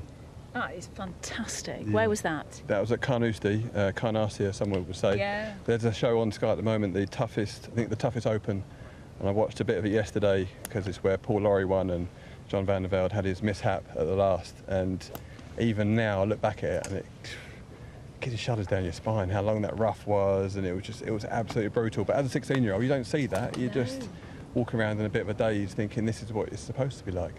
You know, I mean, and then when I played in 2010 at St Andrews, couldn't be more opposite, because you go from Carnoustie that has all the rough, all the issues, you know, all the big bunkers, and it's really hard, kind of tricked up for the tournament, and then when you go to the home of golf, and it's like it is every other day of the week, you know, it's not made by rough and so forth. So I was quite happy to get back in then, because I felt the first time kind of got beaten up for 2 days. Got to have another go at it and actually enjoy the experience. Totally. What is it like playing? We can only dream of playing in an Open Championship. Well, the story I always revert back to is the first tee. Yeah. So the first tee, you know, you're a golfer, you know, you go out, you know, you kind of know what you're doing, you know, you have your routines, and then you wander across, you hit a few putts before you go to the first tee. It's all calm, it's fine. You get on the first tee, and you're thinking, okay, the juices are flowing a little bit, but yeah, I'm good here. I know what I'm doing. And then there's that moment you watch your playing partner tee off, and you're like, okay, yeah, got that, yeah, fine, yeah, good shot, good shot. And then back then, Ivor Robson would go on the tee, Zane Scotland, and there is just like the moment. It's like it goes like blood drains from you. Right, you can't feel your body. Oh my goodness. And you walk across to the tee, and you know how you have the ball on top of the tee peg, and you push it in the ground, and as you're pushing it in, you're thinking, I can't feel that. Yeah. And then you stand up, and you get over the shot, and you have, I think, right, I have a couple of waggles, and you waggle, and you watch the club moving, and you just think, I can't feel that. And then there's just a little moment you think, oh, you look up, and you think, I've just got to go. And luckily, the 2 times I did it, this is for anyone at home actually, because everyone suffers from first tee nerves at some point. And for some reason, I just pictured back what we're seeing here, the 250 Open Championship board. I pretended that was out there, and was like, right, I'm on the driving range. Just pretend you're there. And both times I actually hit quite good shots. But if I hadn't thought about that split second, I might have duffed it, roofed it. What could have been a disaster. I think you passed the first test. I mean, the most difficult thing a lot of people say is actually getting the ball on the tee peg when you're that nervous. So you passed that one. Yeah. And I mean, like, the second time you played at St Andrews, if you'd missed that fairway, you know you're in trouble then. But that actually makes you more nervous. So my friends had come along, and they'd got on had all these yellow t-shirts with my face on the back, right? And it's a 2-iron off the first tee at St Andrews, a tight lie. And I did my couple of waggles, and I looked up, and I can just see them all those idiots, just walking around down the right-hand side together in a clump. I'm just thinking, don't shank it into the boys. Yeah. That's the last thing I think. Do not do that. Oh my God, yeah. Oh, we got a question from Josh. Josh Josh here. Hi. Could you ask Zane from me, what's his golf been like recently? Has he had any good results? Josh wants to know, what's your golf been like recently? Have you had any good results? Well, actually, Josh Emmett did actually went for a game, and he's a massive bandit. So anyone that plays against Josh, don't play against him. But then, since then, I just played something called the Queenwood Cup. Okay. And there were a few. It's a pro-am, one amateur, one professional. There were a few decent names there. We had like Rory McIlroy there, John Rahm, Tommy Fleetwood. Stop it. Justin Rose, and myself and my partner Rick Lewis were successful. So as I say, you can only beat the people you're playing against. So well done to Rick, and we had a big moment in my golfing career. This is sensational. You beat the likes of Rory McIlroy and John Rahm. Yeah. Amazing. What can I So what was the format? So it's about. I'm going to update you in a second on the scores in a moment. 18 holes, best ball, 1 pro, 1 am. Pro play from the back tees. Yeah. We played alongside Victor Perez and his partner. What a lovely guy Victor Perez was. But yeah, amazing really. You go along, you're hitting balls like I try and play once or twice a week. That's great, isn't it? There's still that little moment now, like I kind of know Rory, but still you're hitting balls and you're like, oh, Rory's warming up there as well. There's that little bit of feeling, and and we had we played good really chat well. with Rory. We ham and eggs. Yeah, he was actually really disappointed because there's a long drive on one of the holes. I shouldn't be telling you about this, but I did actually sneak it past him by 3 yards. But did you? There's a caveat to that. It was straight into the wind, and I had a proper hooky knuckle ball, and he hit one up into the air, and his ball speed was 15 miles per hour faster than mine. But it was clear over. Yeah, I would have attached absolutely no caveats to that. Just take it. Yeah, I totally. Rory, Josh, you want to say something? I was going to say that's the only praise Zane is ever going to get from me. Let him know. That's the only praise you're ever going to get from Josh. I'm actually really surprised that he teamed me up for that one. Yeah. Good. So thanks, Josh. I really appreciate that because we didn't know that. The Queenwood Cup. My goodness, I played that course. It's just incredible. Yeah, it's such a great place, and they set it up really well. And it was tough on the day, but as I said, Yeah, good stuff. Well, guys, I just want some breaking news for you that Brian Harman has just had an eagle on the 18th, so he's moved to 10 under par. He shot another round of 66. There's the smug face. We just have to sort of highlight the fact that Pete picked Brian Harman. Is this your boy? Before the week started. Where have you? He wants another closer. Can we get in again, Kev? There we go. And stop. I don't. Yeah, I don't do smug very well. Yeah, he was my pick. Well, our pick, kind of my team's what pick. What took you to that pick? What was the? So we do a podcast every week, and one of my guys crunched the numbers, Jacob, and basically came out with Brian Harmon as one of the real data behind top this. picks. Yeah. Okay, I thought you just plucked it from the air. Honestly, it was as big a surprise to me Oh as my it was to goodness. everyone else. I was like, okay cool. Yeah. Well, he tied 6th at the Open Championship last year. Good player, He isn't said, he? well, he had 3 top 10s in his last 3 events, so he's on form. No, so not quite a dark horse then. Like, No, on the back of that, The thing is, he is sneakily a very, very good golfer, but he often gets overlooked because he's not super flashy. Isn't he a guy that had 2 holes in one tournament? Yes, correct. Maybe 1 round. Yeah. In a PGA Tour event. I think it was 1 round. We'll find that Uh-huh, out yeah, as I we're think it was, talking. yeah. Just tell us also. So Brian will update you on what's going on the course, but I do want to talk about you being diversity ambassador for the RNA and what work are you up to at the moment with them? Yeah, so golf's, as we know, golf's changing. You know, as we're all seeing, and for the better for most of it. It's taken probably 20 years too long. It's finally catching up, and then it's now creating some avenues to showing that, like, however you want to do golf, you can do it that way. I think to a certain extent, we've had it a long time where, like, if you want to be a golfer, that's fine, but you have to fit in this box, and you've got to dress a certain way, and you've got to act a certain way. I think what's happening now is we're coming to a stage like, if you want to play golf, like if you want to dress, in hoodies, if you want to dress really smart, if you want to, be dressed in leisure wear, you can do it. And we're just finding places where is someone that looks like you already doing it, so you can, like, because you've got 2 parts. You want to create something which is aspirational, and also where a bit of familiarity. Yeah. Because it's great having celebrities, show getting into golf and so forth. But what's even better is seeing people like you doing golf. I think that's what we're seeing more of now. So we're trying to point it that way. Yeah, exactly. It's all about that. And golf's big enough. It's not about, like, trying to get a seat at the table. It's about just making the table bigger, basically. Yeah. And it's definitely there. But the next step is, like, helping people understand, like, okay, if you want to not spend much money, or if you want to spend a lot of money, or if you want to dress completely casually or get dressed up, just helping people find, where do I go for that? Totally. Where do I go for and that? actually, all these initiatives and foundations projects are brilliant. We spoke to Niall Horan at the beginning of the week, and he's launched golf.golf, which, if you want to go and play in a group lesson, I think they're launching it in Scotland to start with. You can do if you want to play and there's individual people your age. So this is it. The work you're doing is breaking down barriers, which is great. And just have that stat, actually, it was Brian Harmon 2015. He had 2 holes in 1 last round of the Barclays. So you were spot on with that. He's 10 under. Who's your prediction for this week? I've gone with another dark horse. Scotty Scheffler was my chap just the world number 1. You're really sticking your neck out there. Really crunched the numbers there. But I think he's played so well for so long. At some point, I just feel like he's going to step up, and it's just all he's going to just descend into orbit at some point. It's going to go one way or the other, but the way he's been going, it's just been absolutely stunning. So thanks for your time. Great stuff. Lovely. Yeah, Lovely well done with the guys. Queenwood Cup. Thank you, Josh, for that. Let's get back to you, Josh and Simon. Fantastic to see Zane Scotland in great company with Peter Finch and Di Stewart. Now,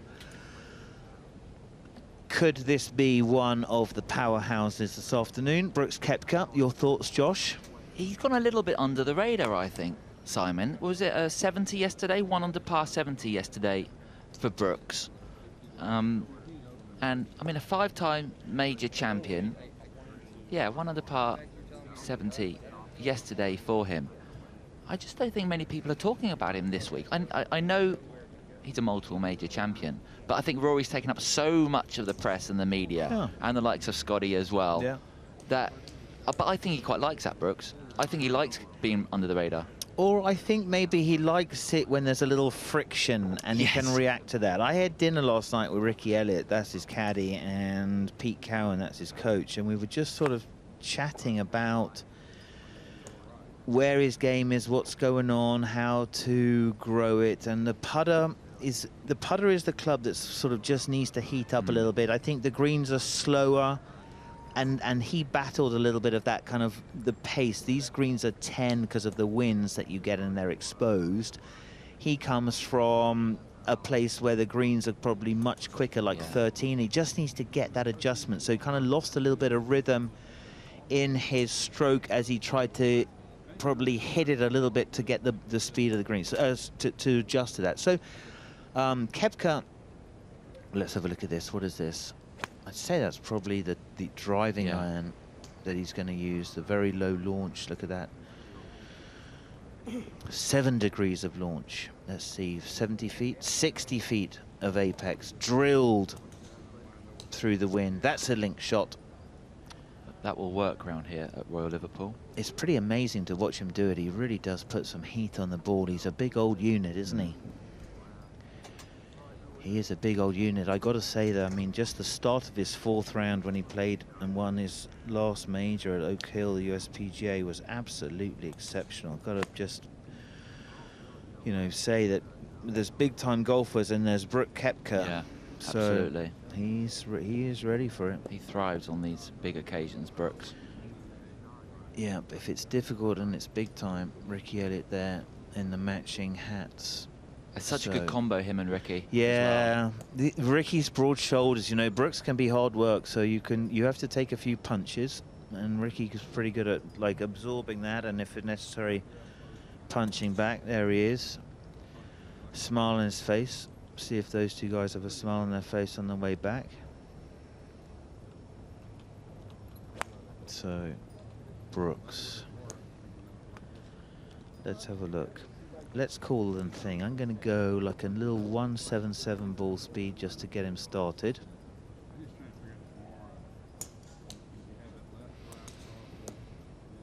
Oh, that's his stock driver. That's a little tiny baby fade. That's so nice, isn't it? Playing alongside Hideki Matsuyama and Patrick Cantlay as well. All of them under par. All of them shot 70 yesterday. Patrick Cantlay, maybe one of the best players not to have won a major.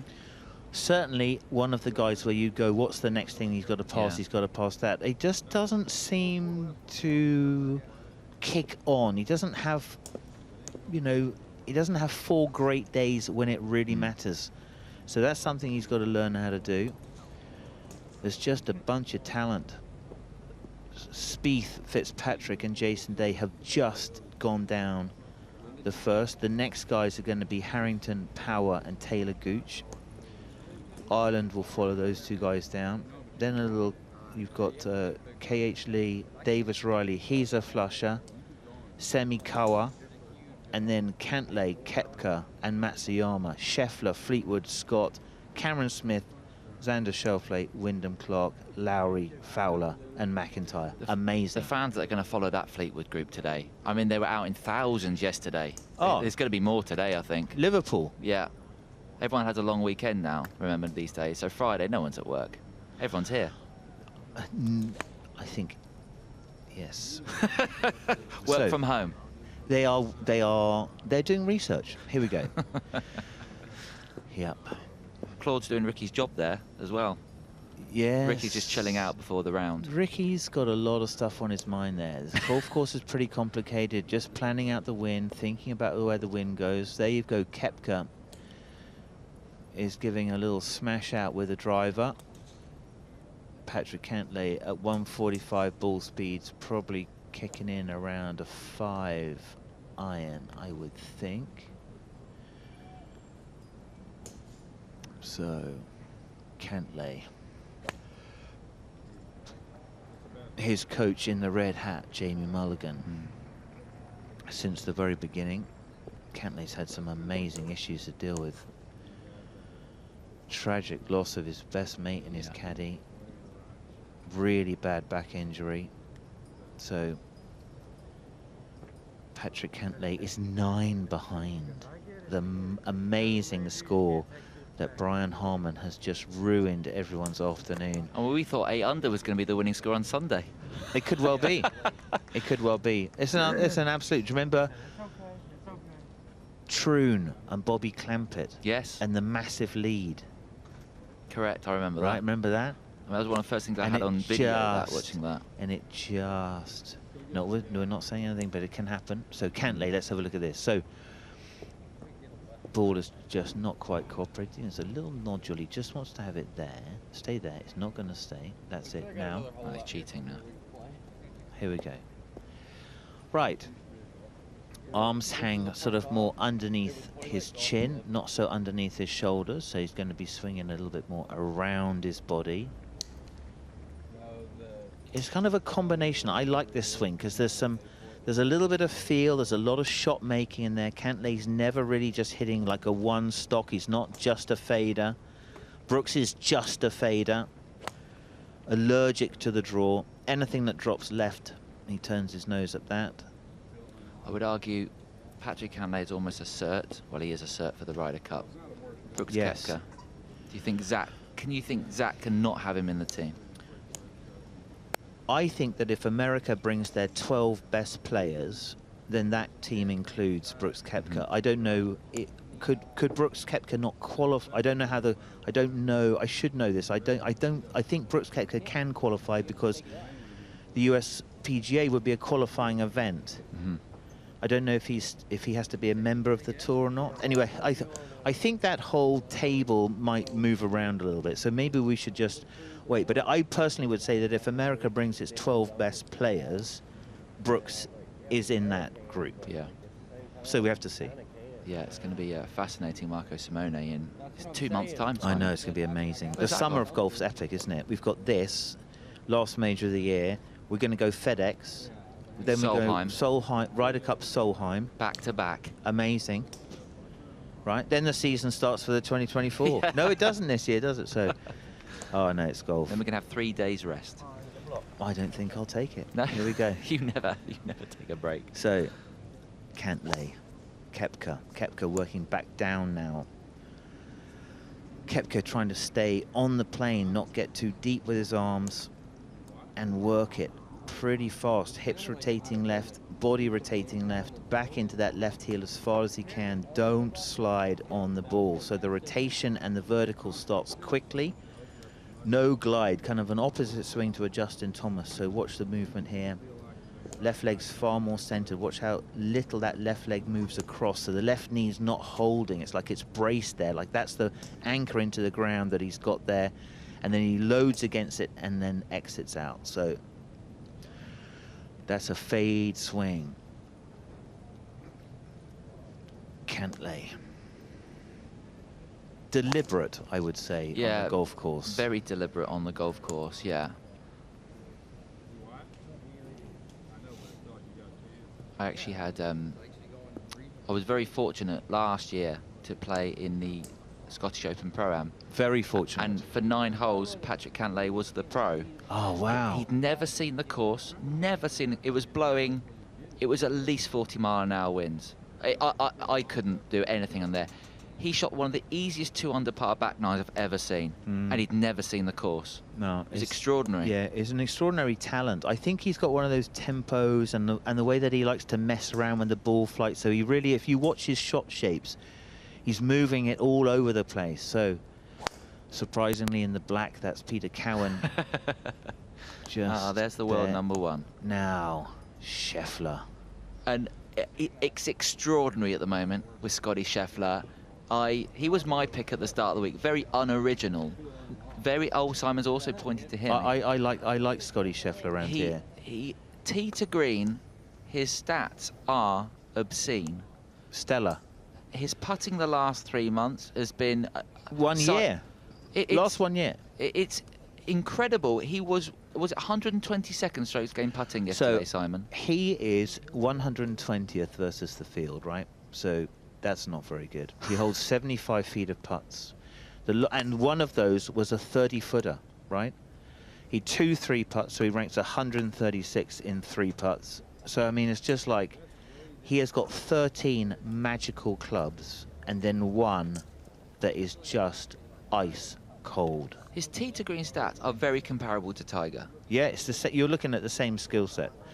It's just weird. like a magician. Yeah, a magician. My reason was, the putting's got to turn around sooner or later. It can't stay like this. No, I mean, they're not bad putts. They just kind of move around. It's an interesting action that he's got, kind of like a very high arm plane that kind of works out. He pulls hard towards the ball, then he drives his body laterally forward to sort of hold it off. And he's got extraordinary footwork, really extraordinary. This is interesting. We've been seeing him This is this the club with a... No, he's got a club which is sort of like a reminder with his... It's a cast reminder for left hand and right hand, so he must be trying to just maybe move that grip a little weaker.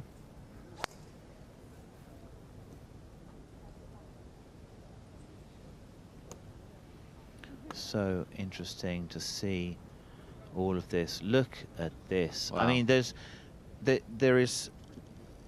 Look at this. So we've got a little combo here. We've got a Fleetwood, Scheffler, Scott. Where else do you get this, Simon? Live at the range is a show full of innovation. A genius team of technicians led amazingly well by our lovely director, Sarah. She is really amazing.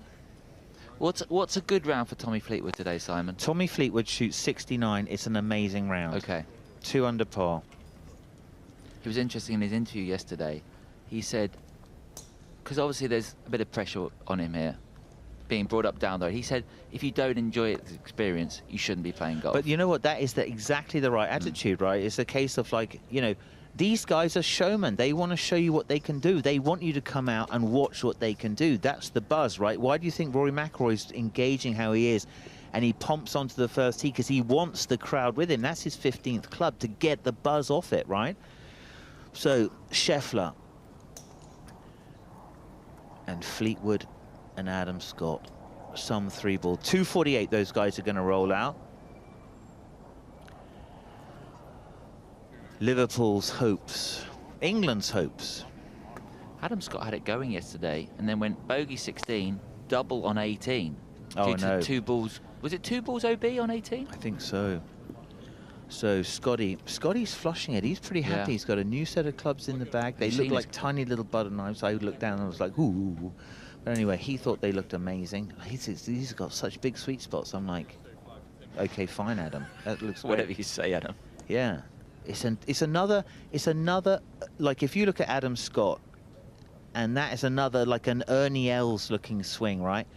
Whereas Scotty Scheffler looks as though it's everything's just a little bit more, there's more stuff involved in the Scheffler action.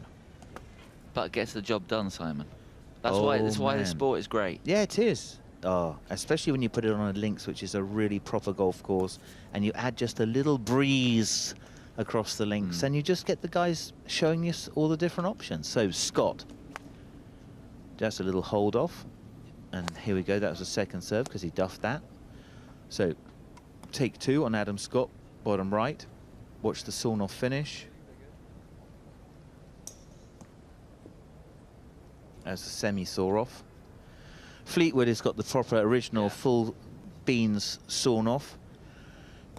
Fleetwood really working on the path of the club going away, so really to try to feel like the body takes the club away.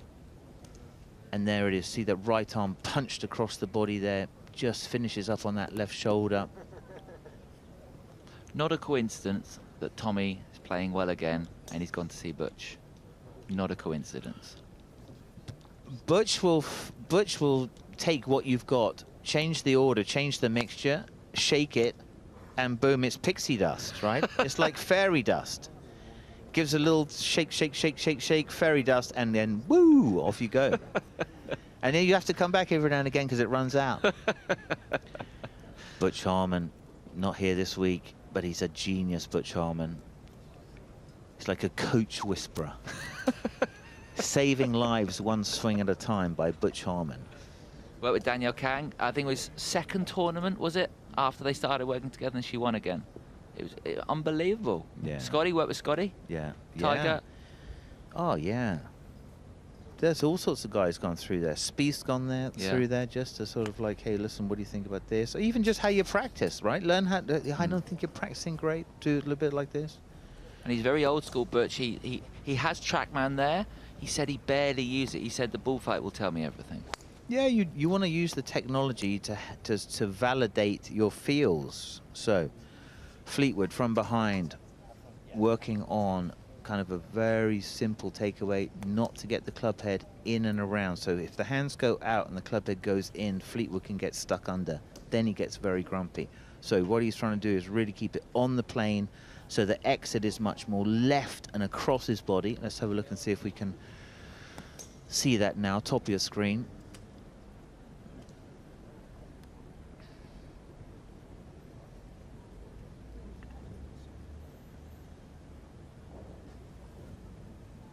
Tommy's also got the experience of playing here, I'm assuming, a number of times at Royal Liverpool.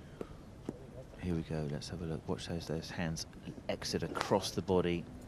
Spine angle, staves. Over. Just holding it up on this quite strong right to left wind on the driving range here. Scotty Scheffler at the bottom left. Familiar finish. Left ankle over. Left side works laterally, holding it across. Scotty makes swinging the golf club look beautiful. Even standing to the ball. How would you like to stand to the ball like that? It just looks perfect. Adam Scott, 3-wood off the tee. Tee balls will be absolutely crucial. Tommy Fleetwood from face on. Watch how the hands work across the body, over the left shoulder. Keeps great pressure on the ball. It's a great variety with these three players and their golf swings. Yeah, it's pretty fascinating, actually. Yeah, the pace. Look at the Scott pace. Look at this. Boom, boom. Scotty Scheffler. Very, very high hands.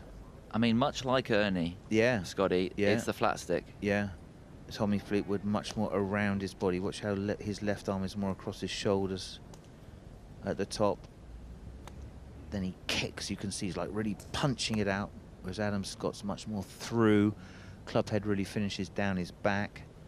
Scotty Scheffler, another high hands finish. Great iron players. We were talking about short games earlier. Scotty Scheffler's short game is world class. Yeah, it's like another Houdini. So, oh, here we go. Wow, it's like November the 5th. It is.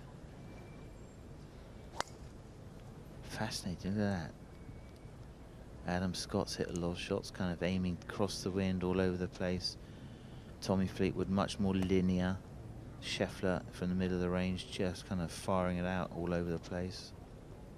Scotty has hit a lot of golf balls, hasn't he? Yeah. There. Big warm-up.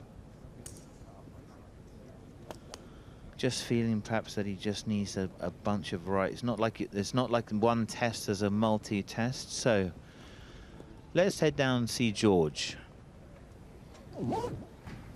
Oh, yep. Oh, here we go. Yep. We've got him. It looks like our current leader, 10 under par, Brian Harman. What a round of golf it was. He's doing the media loops. And we are very lucky to be joined by the man of the moment. Hello, Brian. How you do? Very good. Nice to see you. How do you summarise that afternoon of golf? Yeah, played really well, struck it well. When I got out of position, which you're inevitably going to do here, I was able to make pars, and it seemed like when I got some birdie looks, I made them, and then to finish with an eagle in 18 was nice. Yeah, that's right. There was 4 birdies in a row near the start of your round, and then 12 pars.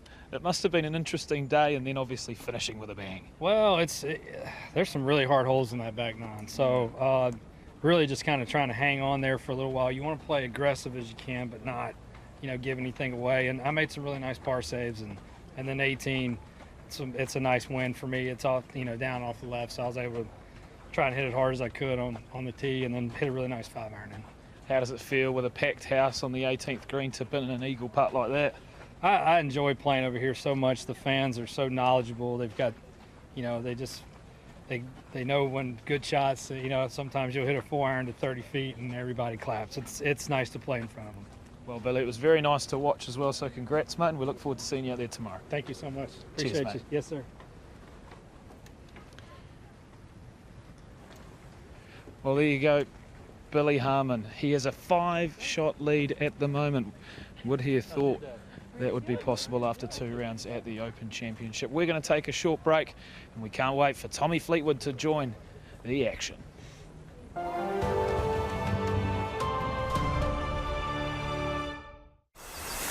Origins premium experiences at the Open. The ultimate way to experience golf's original championship. Enjoy unparalleled on-course views as the world's best golfers take on the challenge of the links. With over 10 hours of world-class action, mouth-watering food and complimentary drinks, guests can soak up the nail-biting atmosphere like never before.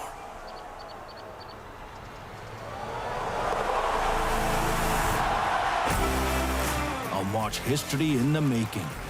Whether you're looking for the ultimate client experience or a memorable day with a group of friends, Origins offers a variety of fully inclusive premium experiences that cater to every taste and budget.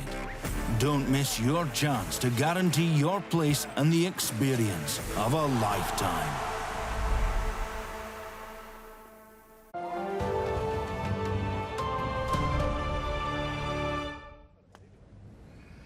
We are live at the range, and I'm very pumped up to be sitting next to Tony Johnson. Tony, had a good morning, day 2.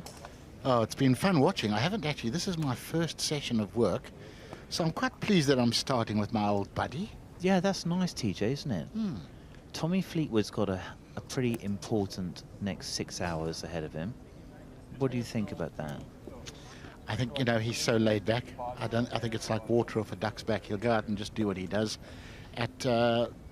On the Sunday before the Scottish Open, week and a bit ago, Tommy and Justin Rose did an exhibition match at Sunningdale for the members. It was the 100th anniversary of the new course.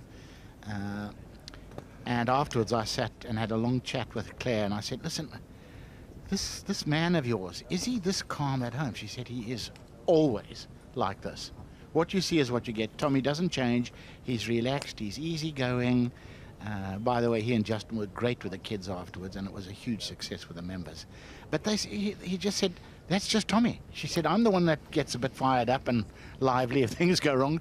Tommy just chills. Well, he's going to need all of that today. I think he's, you know, it's a tournament. He's going to be under pressure probably a little bit more than everybody else all week, and you've got to keep the energy in the tank. That's going to be tough. Maybe the fact that it's, you know, you could have had a situation where Tommy Fleetwood was leading already, but it hasn't going to happen. So Brian set a score, so Tommy won't have the pressure of leading all day. Kind of, you know, I'm thinking like if he gets to, it's a little windy, if he gets to 7 under after today's round, I think that's an amazing score. 69, Tony. Yeah, I think that would be fantastic. You know, get the job done, because it's not easy out there. You know, and you only need 1 or 2 bad breaks, bad sideways bounces into pot bunkers, and they can lead to double bogeys. We know that they've softened up the flatness of the bunker bottoms, which is going to make life a little easier. But yeah, I think, you know, Tommy he just gets on with it. He'll go out and do exactly as he does every other day, and then it's down to a question. We know he's going to strike it well. It's a question of how many putts you hold. Yeah, it's going to be interesting. Interesting to see. 65 by Brian Harmon, 68 Minwoo Lee. So we've got Southgate and Thriston Lawrence shooting 70s. A 68 by Tom Kim, that's good, but then otherwise not too many deep scores. So a couple of 68s. Kind of sets the thing, you know, the afternoon guys will have a look and see what the guys did in the morning. I think, you know, do you think there was any disadvantage or advantage? I'd say probably early and late, maybe, yeah, a little disadvantage. Yesterday, well, the scores did go up by a shot on average between morning and afternoon sessions yesterday. You know, I think it was pretty fair, though. You know, yes, of course, the greens will get a little less pure. These greens are fabulously pure, and at the end of the day, they were still very, very good. But there will be little undulations that you can't see and little humps and hollows, you know, the odd spike mark maybe. But I think pretty much it was, you know, we've seen Open Sun where there's, you know, a 6-shot difference between morning and afternoon. I remember at Royal St. George's the one year, I was out late and late early, and honestly, our half of the draw was about 6 better over the 2 days on average. It just happens. But I think it's been very fair. Yeah. The wind was very constant all day, and I think it's going to be pretty much the same again today. So Fleetwood going through the driver. Let's have a look. Strangely enough, last week he didn't drive it as well as we expect from Tommy. You know, he missed a couple of fairways where you sort of just expect him to swish it, and then the camera follows it down, and here it appears in the middle of the fairway. Yeah. Yeah, I think the crosswinds put a lot of pressure on you, you know, and I think with Tommy's swing, maybe just gets it in behind him. So just having one tee shot, and we wish you, Tommy Fleetwood, all the very best. He is off at 248. It is 225 now. Scheffler and Scott make up the 3. Scheffler just finishing off with a few drivers. Adam's been through his driver. Adam hit a lot of balls in his warm-up today. Just seeing Tommy walk off there, Simon, I've got a wonderful photo on my phone. I bumped into him and his dad at Wentworth when he was 7 years old. And his dad took a photo of me with Tommy. And Tommy sent it to me a couple of years after he came on tour. He said, remember this? And I remembered it clearly. And even then, he was a gentle soul, very well-mannered. And, you know, his dad said, you know, this boy can really play. But we've heard that so many times from parents. Watch this kid, and then you never hear them again. He wasn't pushy. He encouraged Tommy. But who would have thought he'd be out here as one of the best in the world? It is amazing. Yeah, it is. They're long journeys, aren't they? They're all long journeys. I mean, think of Adam Scott. When Adam Scott was 14, everyone goes, stop the clock. It's Tiger Woods Mark II. And Butch had him. And they played with Tiger, and they were like the poster boys for being superstars. Yeah. And it took Adam a long time to pick up that Masters victory. I mean, can you believe that Adam's got one major? No, I can't. I mean, it was a Royal Lytham was so hard to watch, wasn't it? Oh, painful. And, you know, when we're talking nice guys, you know, like Tommy, he's the epitome. Sadly for all of these guys, when they say Tiger Mark II, there was only ever one Tiger Mark I. Yeah. You know, you can't compare anybody to the best that's ever lived, really. No. But this man here, I absolutely love Scotty. Yeah. He's a well, the reason he's only got one Masters victory is because he spent half of his career playing against Tiger Woods, who basically won all of them. Yeah, same with Ernie. Yeah. Duval. So, Scheffler playing amazingly well, Tony, but with a stone-cold putter. Yeah, he needs that to warm up, doesn't he? Maybe he just left it in the fireplace last night, lit a little... put a couple of logs in there. We shouldn't laugh because do you remember years ago, Mark No, James? let's not go there. I have to tell the story. Mark James staying in the hotel, was it the Palace Hotel? No, in Madrid. And the putter misbehaved, so he had this false fireplace in his room. False being the key false word. Fireplace. Lit a fire and put his putter in there to burn all the demons out of it. Unfortunately, there was no chimney. And the fire alarms went off. And we all sat down in the foyer for a while. It was an absolute ripper. I'm going to burn the demons out of it. There were a few guys that used to drown their putter at night. Yes. In the bath. Well, Mark James dragged his putter from Wentworth to Leeds behind his car. Do you remember that, on a string? When he got there was just a stub of head left. Simon Hobday did it from the Belfry to London as well. Oh, man. Yeah. I'll teach you. I'll teach you. So, okay, first member, Scotty Scheffler, game 44, tee time 2:48. Scotty Scheffler is playing with Adam Scott. Third person is going to be, oh dear, lads. That's, I tell you what, that's very good. What's up with that? Oh, yes. They could be a boy band. Is that a boy band? Oh, there's loads of them. Oh, no. How many? 5, like the Beatles. Dear, oh dear. So, they'll be easy to spot.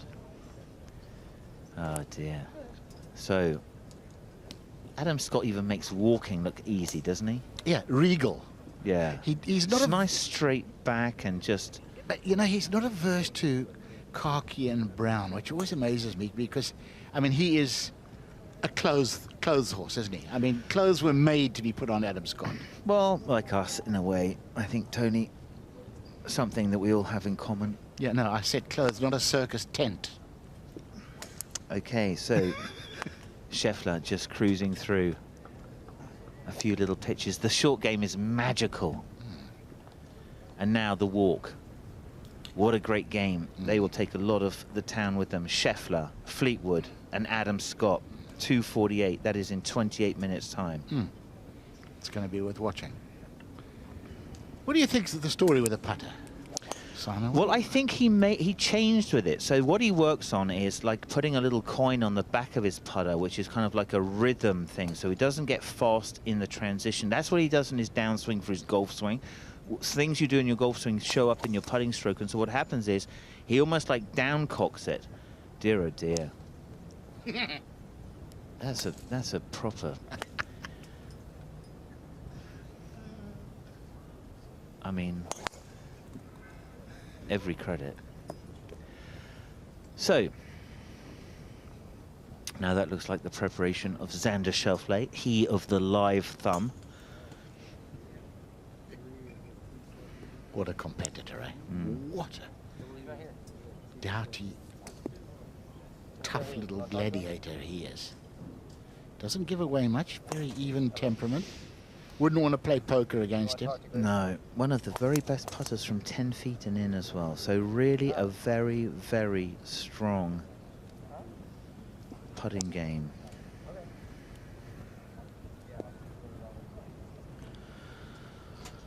Xander Schauffele is off at 2:59 with Cameron Smith, defending champ, and Wyndham Clark, current US Open champ. Big time golf. And hating that. There's a couple of little stuck unders whenever that right side comes off. Getting trapped a little underneath it. So teeing it up, 3-wood off the deck. Gonna have another go. Let's check this out.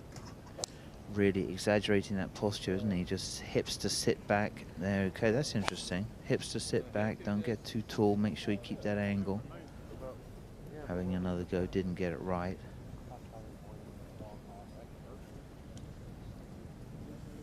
Okay, back in again. Very deliberate, looking for something there, isn't he, Tony? Now. Yeah. Definitely working on something.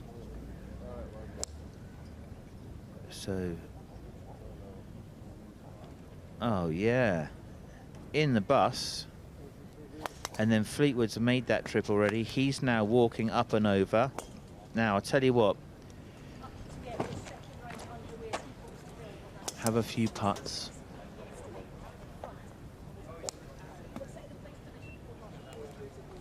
Caddies get the bib and the books. Tommy makes it over. George, are you anywhere near here? Yeah, of course I am. I had a feeling you might be, George. Anywhere where my favourite caddy in the world goes. Oh. Ian Finnis. Whew, beautiful day for it, Ian. Beating the Aussies. For beating the Aussies in the cricket, yeah. Beating the Aussies. Slogging them everywhere, just been listening to.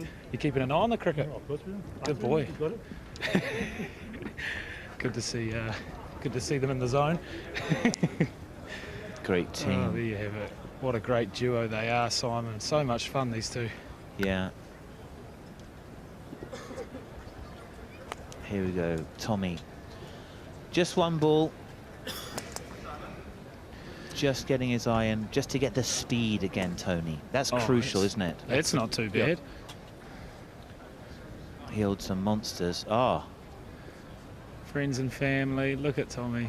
Isn't he a man of the people? All of a sudden he's got a target though, Simon. A bit of a target, a bit more of a target than he might have thought. Yeah, I think though it could take the pressure a bit off him. So that is Phil Kenyon, who is like a putting whisperer.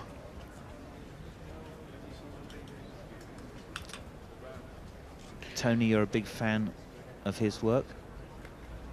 Am I? You were a good putter. We talked about it yesterday. I was a streaky putter. When I was hot, I was blisteringly hot. And when I was cold, I was psychotically cold. Okay, so maybe you're not the man, maybe not the man to come to for this. Yeah, So- you know, they're just going to have a little chat, aren't they? Just check some of the basics. You know, some guys like that, others don't. I didn't really want anybody perusing my stroke before I teed off. If it was going to work, it was going to work. If it wasn't, well, deal with it. And you dealt with adversity better than most, Tony, especially around the greens. So I'm not biting. I am not biting, Holmes. Tony Johnson, the Sounds epitome of like- calmness. So George, Sounds like a tough caddy job there, Tony. it was just took a long time to pick the clubs up because you were quite good at throwing them. Yeah, but I had a rule. I throw it, I fetch it. But you know what, George? I would think Tommy would be a joy to work for because, you know, some people are caddy blamers. Some blame themselves. I don't think Tommy's ever... Well, they're great friends anyway, but I don't think I've ever seen Tommy turn around to Finau and sort of glare at him or have a go about a yardage. Yeah, but he's about 6'8". Yeah, I that's wouldn't true. be I wouldn't be. firing up Yeah, Finau exactly anytime right. soon. So, George, but you're take right. us through it. What do you see? Scotty's just arrived. Yeah, Adam Scott's just cruised on in, looking dangerous as ever. Nice to see him in the zone. Just having a few short ones. Adam Scott using a longer putter, not anchored. Not anchored. You can see the left arm does not make any connection. The left hand does not make any connection. And that is a non-anchored long putting stroke. Adam Scott uses aim point. That's just kind of like a measurement system, balancing or measuring the slope with your feet and then helping you to find a feel for how much your ball is going to break. Phil Kenyon is really like a putting scientist who's using a lot of technology to validate strokes. Tommy Fleetwood off into the corner. Just a few quiet moments now. We've also got our mate Scotty Scheffler rocking up. Good Scotty afternoon. Scheffler of the Stone Cold Putter. Looking. What a plethora of talent we got here. There they are. He's a big old unit, Scotty Scheffler, isn't he? Yeah, he's actually quite big. One of the many American linebackers. Sam Burns is a unit. I saw him walk past him. I've forgotten how, you know, big old shoulders and strong. So Scheffler. Don't count him out either. No. I think he's got a great fight in him, Scheffler. He goes quietly, keeps himself to himself. He's no friction. But he's only there for one reason, I can tell you that. So let's have a look. I loved his pre-tournament interview too, Simon. He's a man, you know what, they were thoughtful, intelligent questions. He's obviously a sharp thinker. But man, his whole being is just targeted towards keeping things simple. Yeah. You know, a lot of guys will get in there and give a complicated answer. He's just, well, no, just keep it simple. Keep it simple. Yeah. Great way to be. It is a great way to be. He is a very charming guy. 1 under par, currently in 17th place, and 9 shots behind the amazing 36 holes that Brian Harman has put together. A 65 today, finishing with an eagle on the 36th hole. Set a mark big time. Very impressive to talk to him. He seemed so relaxed, Mr. Harman. He was in a really good mood. Obviously, if you're 10 under par through 2 rounds at the Open, you're going to be in a good mood. But yeah, he seemed really relaxed, enjoying the crowds, was speaking about how knowledgeable the crowds are at the Open. So yeah, He's having a great time. Yeah, well, he will have a great time tomorrow. He will be leading the Open, I'm pretty sure of that. So, Fleetwood and Kenyon. It's hard not to notice that a lot of these practice putts have not actually dropped. So Phil and Tommy are having a lot to talk about here, very late in the piece. He holed a couple of those ones yesterday, though. Did you watch that? Some absolute beauties, weren't they? Some big uns. And a very good putt. So... Ollie Farr joining us on the putting green as well. Yeah, but it's now 14:39. 8 minutes until Scheffler, Fleetwood and Scott head out for their day 2 of the 151st Open. Ricky Fowler's also joined the putting green as well. Bizarrely, he's decided to stand on the other side of the fence, which is an interesting option. Oh, there you go. That's awesome.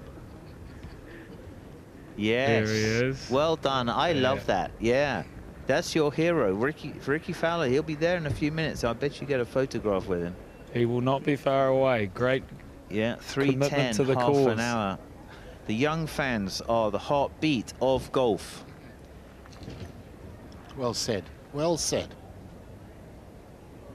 Tommy Fleetwood will take a lot of young fans out there with him.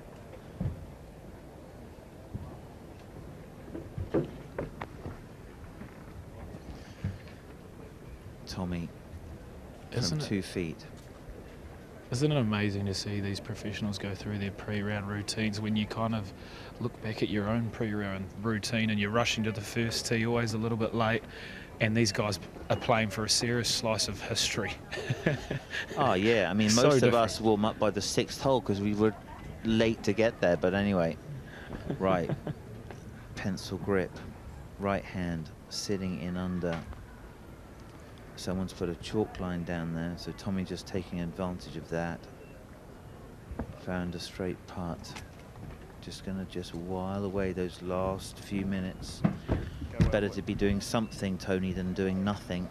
Yeah, just you're trying to keep your mind quiet, aren't you? Just, you know, keep moving, just keep doing stuff. You don't want to settle and stagnate for too long. Tom Watson was unbelievable. He used to get to the first tee 2 minutes before his tee off every single time. He got there 2 minutes before, so he didn't stand on the tee and have to make small talk and potter about. Right. A final wave to the team as Tommy and Caddy head to what could be, it's a mega day. It could be, this could be the biggest event of his life because he's in form, he's the local hero. He's got all the experience you need. He's got all the game you need to win. Ah, and all the support. Yeah, but that's so nice, isn't it? The Lovely. camaraderie. Lovely. George, knuckles for George. Richard Bland. But Shane Lowry, the respect. They'll be on a Ryder Cup team again, I think, those two. Marco Simone, don't you think, Tony? Oh, absolutely. And I think both of them will be a big part of our team. You know, at the moment, the automatic spots is looking like we're going to get quite a few rookies and youngsters. We need some experience. We need guys who have been there that can put their arm around a youngster and just calm them down. George is following, I think, Tommy Fleetwood as he heads over. George, what have you got? Where are you? Yeah, we're right behind him here. The energy's great. He's got a lot of support, both from fellow golfers, fans, and even the security, really. Appreciate Tommy. He's so nice to everyone wherever he goes. So once again we see the famous walk all the way over to the first tee. It's amazing, isn't it? Wow, it is some big production, the Open, isn't it? It's the best. The best, the best. Without a doubt. Kisses to the crowd. Imagine doing this in front of all your friends and family. It is so special. And there's Big Mick, the security guard. He's been looking after Tommy for donkey's years. So he's got a comfortable team around him.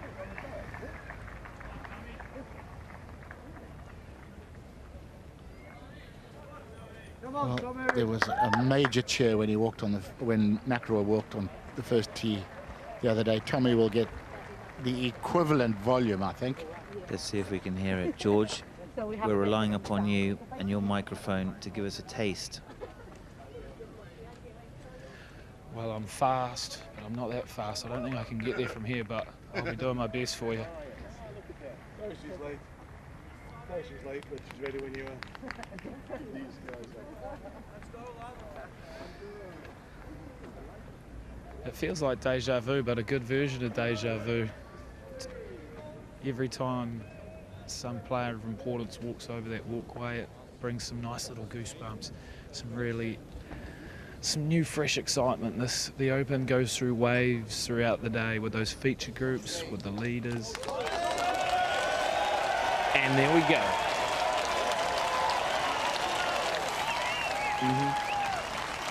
Tommy Fleetwood is in the house, ladies and gentlemen.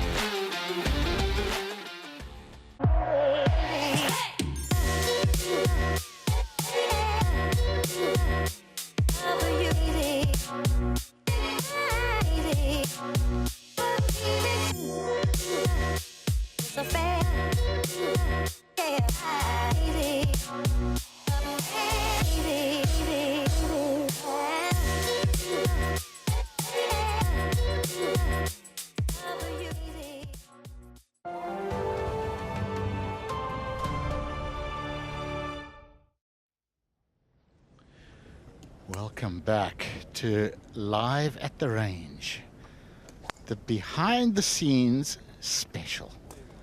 Oh, so much going on down there. We used to, on tour, we used to call it the hospital. That was after the round, where you went to try and heal your wounds after a tough day out on the links course. These guys won't be thinking about that. And it's Simon, it's amazing. Some guys, it's a sort of a technical session, and the other guys, a guy like Scotty Scheffler, it's a loosener, isn't he? He's just going out to loosen his body up. It looks like that to me, Tony. I think that he was working quite hard during the week. He's definitely got a grip change that he's doing, Scotty Scheffler. So that was kind of technical. Here we go. From our worm cam view, Bryson DeChambeau. He was thrashing drivers all over the place. On Wednesday night, he was still out there at 8 o'clock, tossing his driver in disgust. Very upset with the manufacturers about something.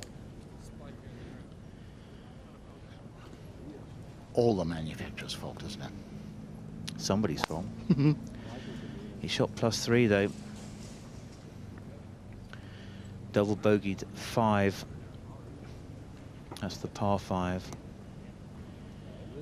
One birdie up 18, so at 3 over par, he's got work to be done. It looks to me as though the arm swing's just too long at the top, and it's so across the line now. It's so hook bias. I find it astonishing how his physique has changed. I mean, he went from sort of normal physique to looking like, you know, the Hulk, like Buffalo DeChambeau, and then slimmed right down again. I think he saw the light, you know, he had this phobia about hitting it long in the long driving contests, and I think it really took its toll on his body. Yeah. And if you want longevity, you can't be pumping yourself up in the gym into a gorilla and hitting it at 110% and expecting your body to last, because it won't. No, and it didn't. So Bryson, stiff in the arms. It looks stiff, doesn't it? Looks a little bit contrived. It is ripped though. 168 ball speed with his kind of like baby driver. He hits it high.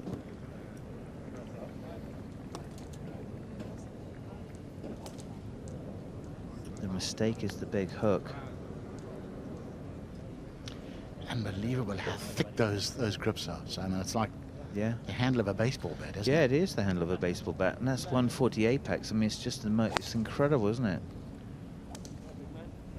It's pumped out there. So the tee shot has been crucial this week. Bryson getting into trouble on numerous occasions, and that has held him back. It's amazing to think he will start his day 13 behind the current leader, Brian Harman. One of the smallest guys in the field, outperforming the big, powerful Bryson. Working on it. I think that's the nice thing about links golf, is that the smaller or medium hitter can compete with skill, experience, course management. I love it. You know, so many courses these days, unless you can hit it 330 and just crush it around a golf course, you're not going to compete. You can't. No, I mean, you think, you know, when a Brian Harman will never win a Masters, right? Just won't win it. No. And a lot of the PGA Tour events are like that, where you just go, okay, you've hit. Brian Harman might have, well, 3 or 4 events where he's playing an equal playing field. Yeah, which is a pity, because, you know, in the 80s and 90s, you didn't have to be a human stepladder to be able to compete. You know, you get a guy like Woozy, he was long for his stature. He was long against the field, but, you know, you didn't have to be a monster to play. You know, you walk down the back of the range now. I mean, what are you? You're over 6 feet. I'm actually a very tall 5'10". No, you're not. You're taller than Thank that. you very much. Maybe you look, maybe you look taller because you're so svelte and slim. Thanks. I'm going to take that. But you know what I'm saying, Simon? Yeah, I do. I get that a lot from people. Peter Oosterhuis was 6'6" in the 80s, and he was considered a giant. And there were very few guys over 6'1", maybe 6'2". Yeah. Faldo, big guy, 6'5".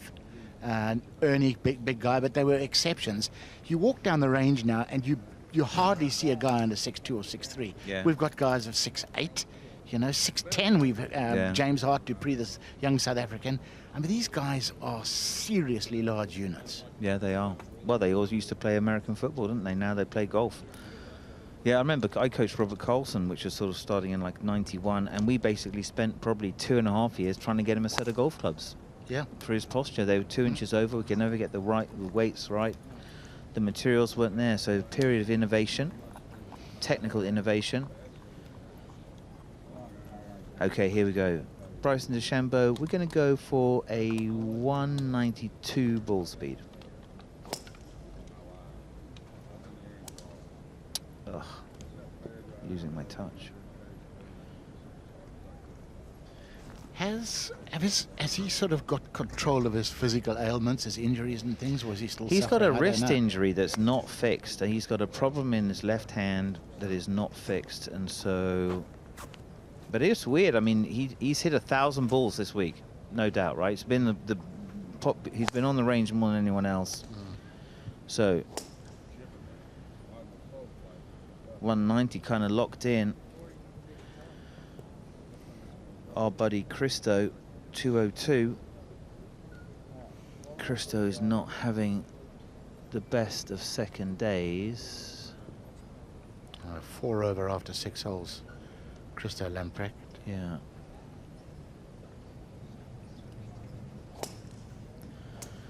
So, let's have a look. Yeah, Christo Lamprecht has still got more power. Just needs to stabilize himself. So Lamprecht launched at 8, about 8 degrees. So Lamprecht absolutely gunning it. Rory McIlroy 324. Bryson just creeping onto the bottom of that list, 323. Yeah, look at the data. So the 140 apexes. Yeah, look at that. That's some good graphics, isn't it? Just goes to show Long driving. It's not out of their boots. This looks out of his boots. Rory doesn't look out of his boots, just looks amazing. This looks like someone taking a cut at it. So a little bit more energy, 192. 190, that's all he's got. So 190, 325, 315, 142 apex. That's about the highest. Let's see.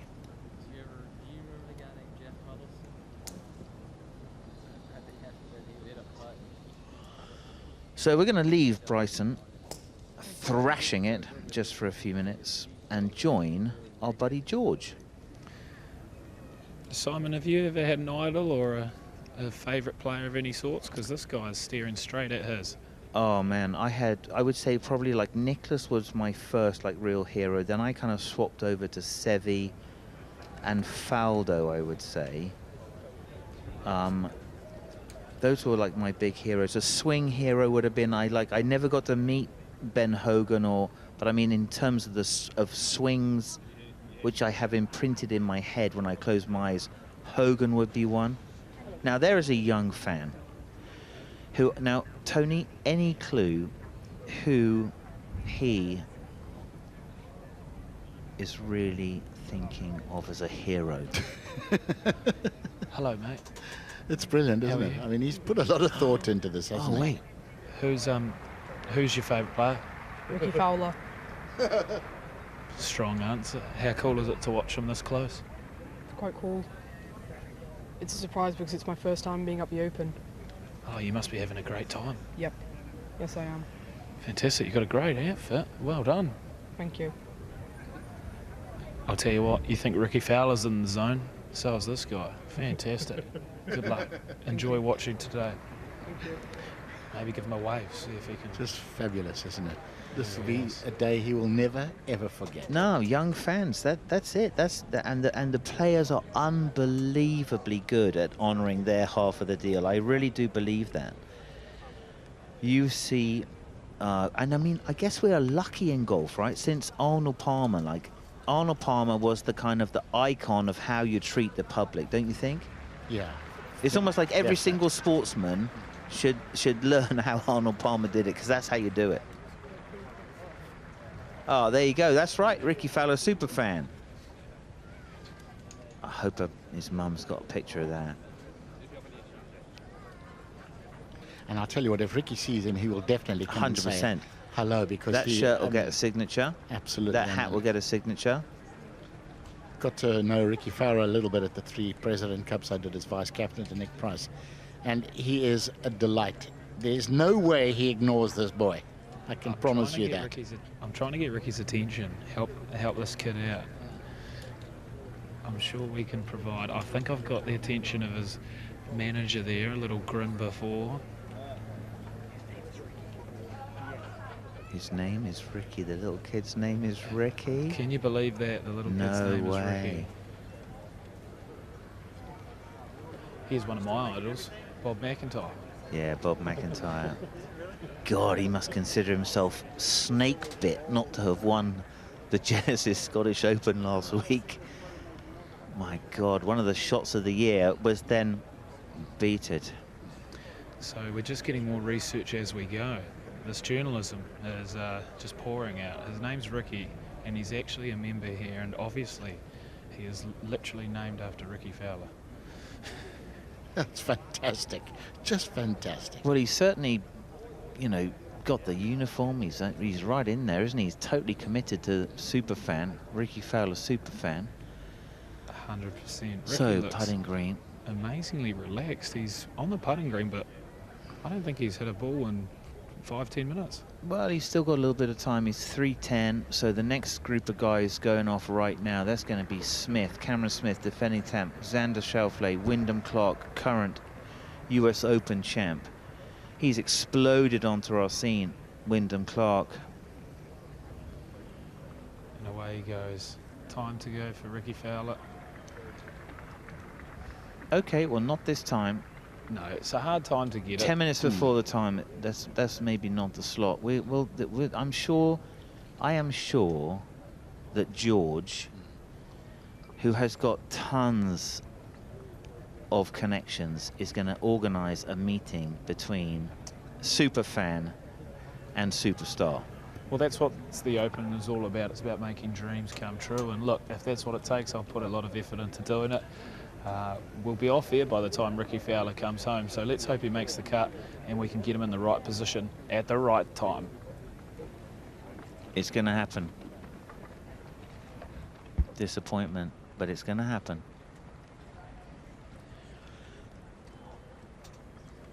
Okay, tough for Superfan, but it's going to happen. Okay, back on the range. Tony, bird's eye view. Yeah, it's a busy spot, isn't it? And then as the guys come off, after their rounds, they'll be back out here, and it'll start getting even busier.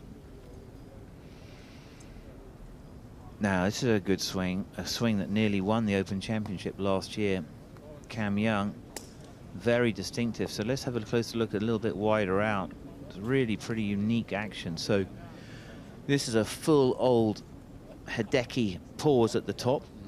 And it was a drill that he used to do that sort of became his swing. So it's like load. And what he's trying to do is create a big separation between his lower body and his upper body. So he pauses the upper body to give his lower body time to fire.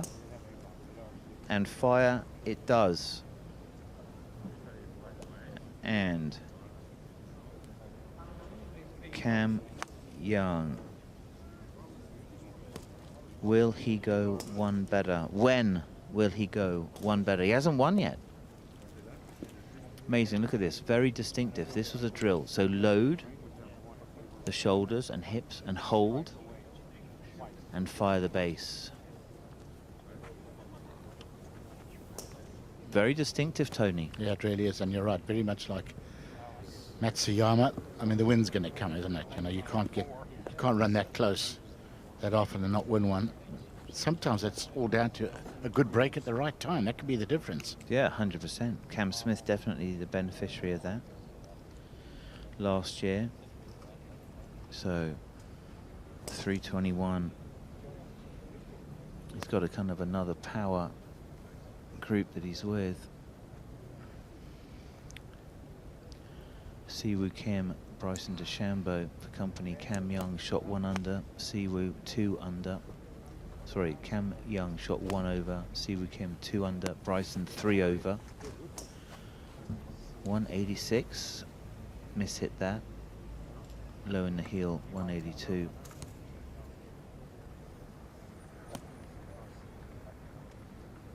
There you go, Bryson is now probably right around his 8 iron. Just punching one down. 74 of apex for Bryson's a chip shot. Wind is pumping, Tony. It's kind of stayed steady through the day. Yeah, and it's going to stay in a constant direction as well. Pretty much the same as yesterday, north-northwest. So off the deck. Off the deck. Is it off the deck? I thought I saw his caddy teeing it up for him a couple of shots ago. I thought. So that's the super low. Sometimes the guys do that just to shallow out the swings, hit a driver off the tee just to take a bit of the steepness out, get the club in front of you, let the shaft release out. But that's a nice little bullet out there, 340, isn't it? If you just fancy one of those. 46 of apex. Now it's getting teed higher. Here we go. And now full beans launch. Let's see the difference in the apex here. So that was 46, the last one. What do you think? 115? Oof. He's punished that. Absolutely nailed it. 94. The tee is vaporized. Smoke coming off the tee. And now from driver to little chipper as he heads out. So Cam Young is at 321. That is in 17 minutes. He has got Siwoo Kim and Bryson.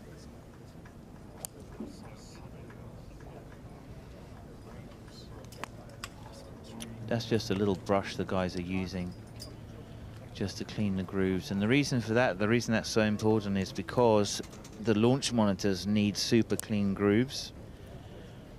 I didn't know that. Yeah, right there. Otherwise the spin rates don't show up properly. So clean your clubs. 30 years on and you're still teaching me stuff, Holmes. Oh, Tony. I mean, really. It's just a pleasure. I just think people learn at different speeds. Well, you just think I need help, don't you? Well, I think we've gone past that stage, haven't we? Here we go. Tony. I have to say, I do think when we were out there, we lived through the most fun times. Yeah. On tour. Yeah.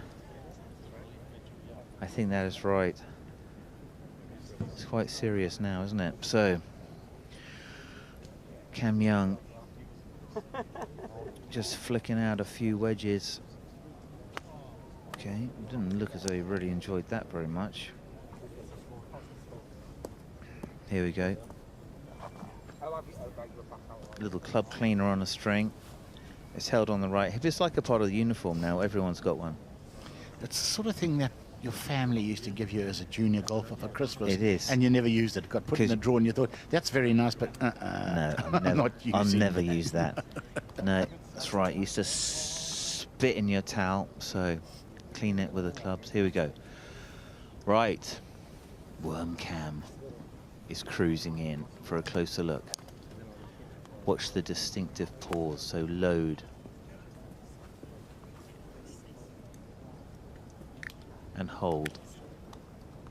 And snap hook. Oh no, I think that was a shank. Okay, that's amazing. That was a shank. That was a cold stone shank. You'd be disappointed to have that in your warm-up 10 minutes before you go out in the second round of the Open. Goodness. So here we go. We're going to have another go at that. Justin Rose had one today on the third. Yeah. Shanked it straight out of bounds. I mean, and that is, I mean, that will plague you for the rest of the day, won't it? Yeah, here we go. So, here we go. There he is. That is Worm Cam. He's like a minion. Can you see that? Like one of the minions. You can see that? He can talk to me. I'm communicating with him. Hi. Oh, he's shy. Good try. Volunteer for service. There we go. The three minions. The three amigos. Here we go. In the middle, and one to the left and one to the right. 3 worm cams. Then we've got this high altitude bird's eye view, the hawk's view of the driving range.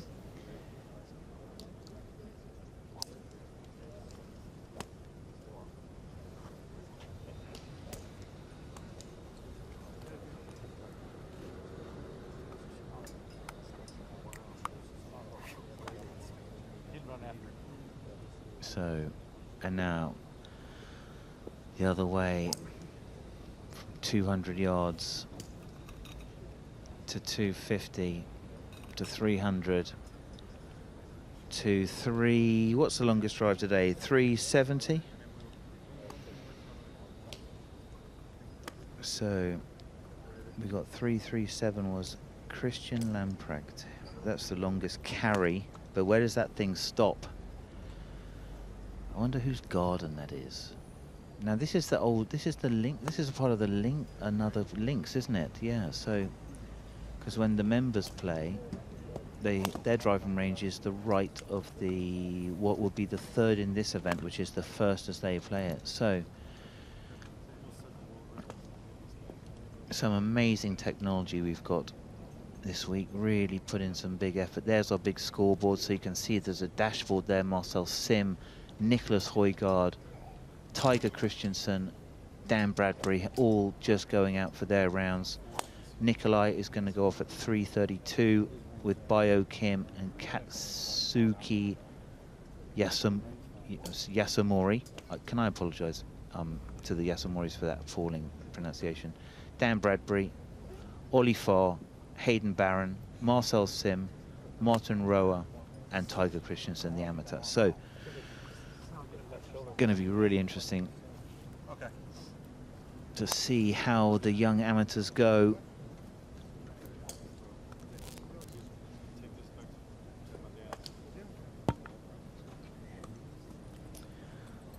There it is. Forged by nature. That's our sort of, that's golf and nature in coexisting with each other. Golf has got to be sustainable. That's it, the earth, the sun. It's an amazing facility, isn't it? Yeah, we play on nature, we've got to coexist with it, that's pretty important. Look at that, Tony. It's some massive production now, isn't it? It is unbelievable, isn't it? And as you said, the technology, you know, you can stand and sit in the stands there and watch the guys club head speed, ball speed, carry distance, trajectory. It's, you know, you wouldn't have dreamt that 10 years ago. No. I mean, our TV compound, our TV compound must cover, I don't know how many acres. It must be. Yeah, 5 football pitches, 10. Easily. Yeah, so 20 or so bays easily. It's an absolute, it's a well-oiled machine, the driving range. So last tee time is going to be 4:16. That is Yannick Paul, Sami Välimäki and Laurie Cantor.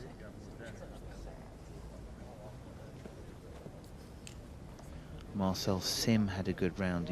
You want to be a Marcel Sim fan. He's a good guy.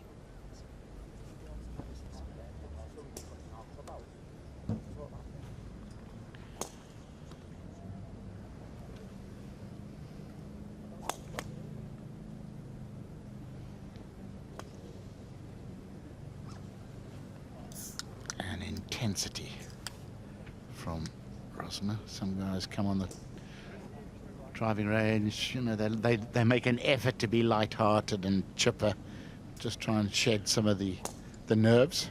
Yeah, from France, Antoine Rosner. He shot 4 under par. It's a massive score.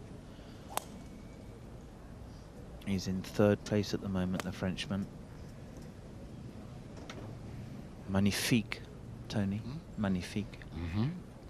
Well, I know that you are ultra fluent. You lived in Paris for a long time, didn't you? I did. I lived there twice. I lived right in Paris, and I lived near the golf on Saint-Anne-la-Bretèche, and it was a rare treat. And I often go. I've been playing a bit of golf. There's a new golf course, which I love Gil Hans designs, and I was down there at Les Bordes, which is the old Baron Bick place. There's a new amazing golf course at Les Bordes that was just, I was surprised. I was so surprised how good it was. So, yeah, I've been going there quite a bit. Just hop across on the train.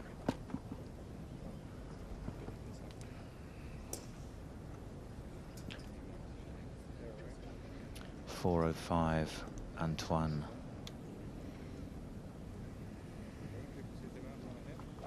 Elbows together, a little Gallic flick of the wrists through the ball. Antoine working through, aiming stick. So you can see clipping a few edges. I love being on the range before a round at the Open. You know, I mean, you look down and you just see that even if there's no wind, the trouser legs just quivering a little bit with anticipation. Best feeling in the world. Yeah. So we're going to leave Antoine and go and find George. Yep. Well, if you want to find me, more often than not, just look for Rory. Here he comes. A birdie on the last to get into red numbers and give everyone just a slice of hope that this Open is not over. Looks a little bit disappointed. It's pretty clear.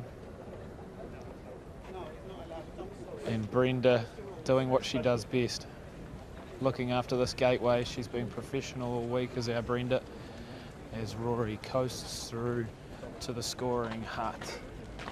What you'll come to realise with Rory is that no matter what he does on the golf course, good or bad, he has to get it done with the media and answer plenty of questions. But right now, Rory is going to sign his card. He's going to sign and finish the opening 2 rounds at 1 under par. Can he come back in the weekend? Can he make a run for it on moving day? We'll be right back.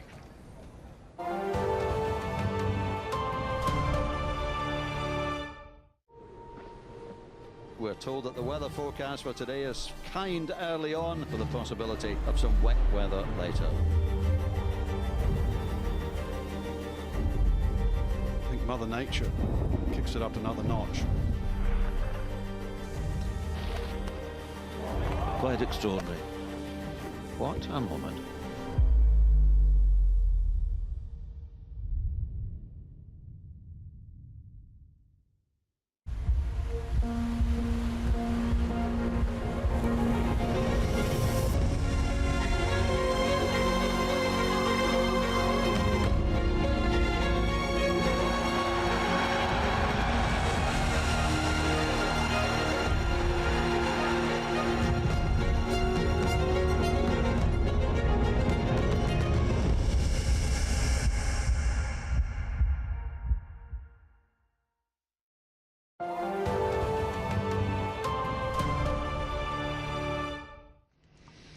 So we are live at the range, and I'm delighted, Bill, to say I'm joined by Ewan Porter. Ewan, how's your day been going? It's been excellent, thank you, Simon. It's certainly better now that I'm in here talking to yourself. That's beautiful. Have you been out having a look at the golf course? I did earlier this morning, yeah. We're staying close to our compound is very close to the 8th fairway, so went out and watched a little bit of play on 7 and 8. It was breezy early this morning, then it calmed down a little bit, got breezy again just after lunch, and it's a test for the players out there. It is. So at the range at the moment, we've got some of the guys who are still heading out. So last tee time today is 4:16. That's in an hour from now exactly. That's Yannick Paul, Sami Valimaki and Laurie Cantor. And then some of the guys who have been out to battle are now just heading either just decompress or fine-tune. Antoine Rosner in the visor. Excellent player.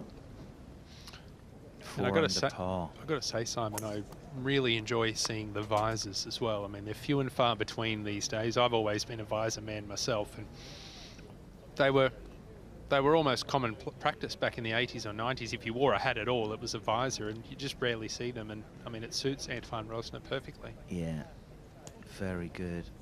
Just that little bit of flair of the hands at the top of the backswing, just more perhaps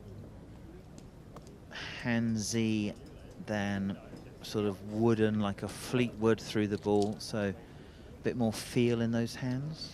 Well, I know our colleague Nico Kolsarts this week absolutely raves about Antoine Rosner's iron place, that he's one of the best on tour, and his action is more of a modern day action where the hands get fairly high at the top and then he shallows it out coming down. I know 15 or so years ago, or 10 to 15 years ago, it was all about the flatter plane, swinging on the one plane, but you know, we see a lot of players these days get a little steeper on the way back and shallow it on the way down, don't we? Yeah, I think you need to go from, you're going to go from steep to shallow. What you got to make sure is that your steep on the top is not too shallow, so you don't get stuck, you don't go shallow and then under. That was the big thing for Tiger. Like when he was complaining about that and we were talking to him, Pete Cowan, whoever it was like, your arms are so low, then they go even lower, you keep getting stuck. Rory McIlroy, if you're talking to him, oh man, I keep getting deep, but it's like, you're so quick, you've got to get your hands up, so when they do shallow, and they shallow to the right plane. So Antoine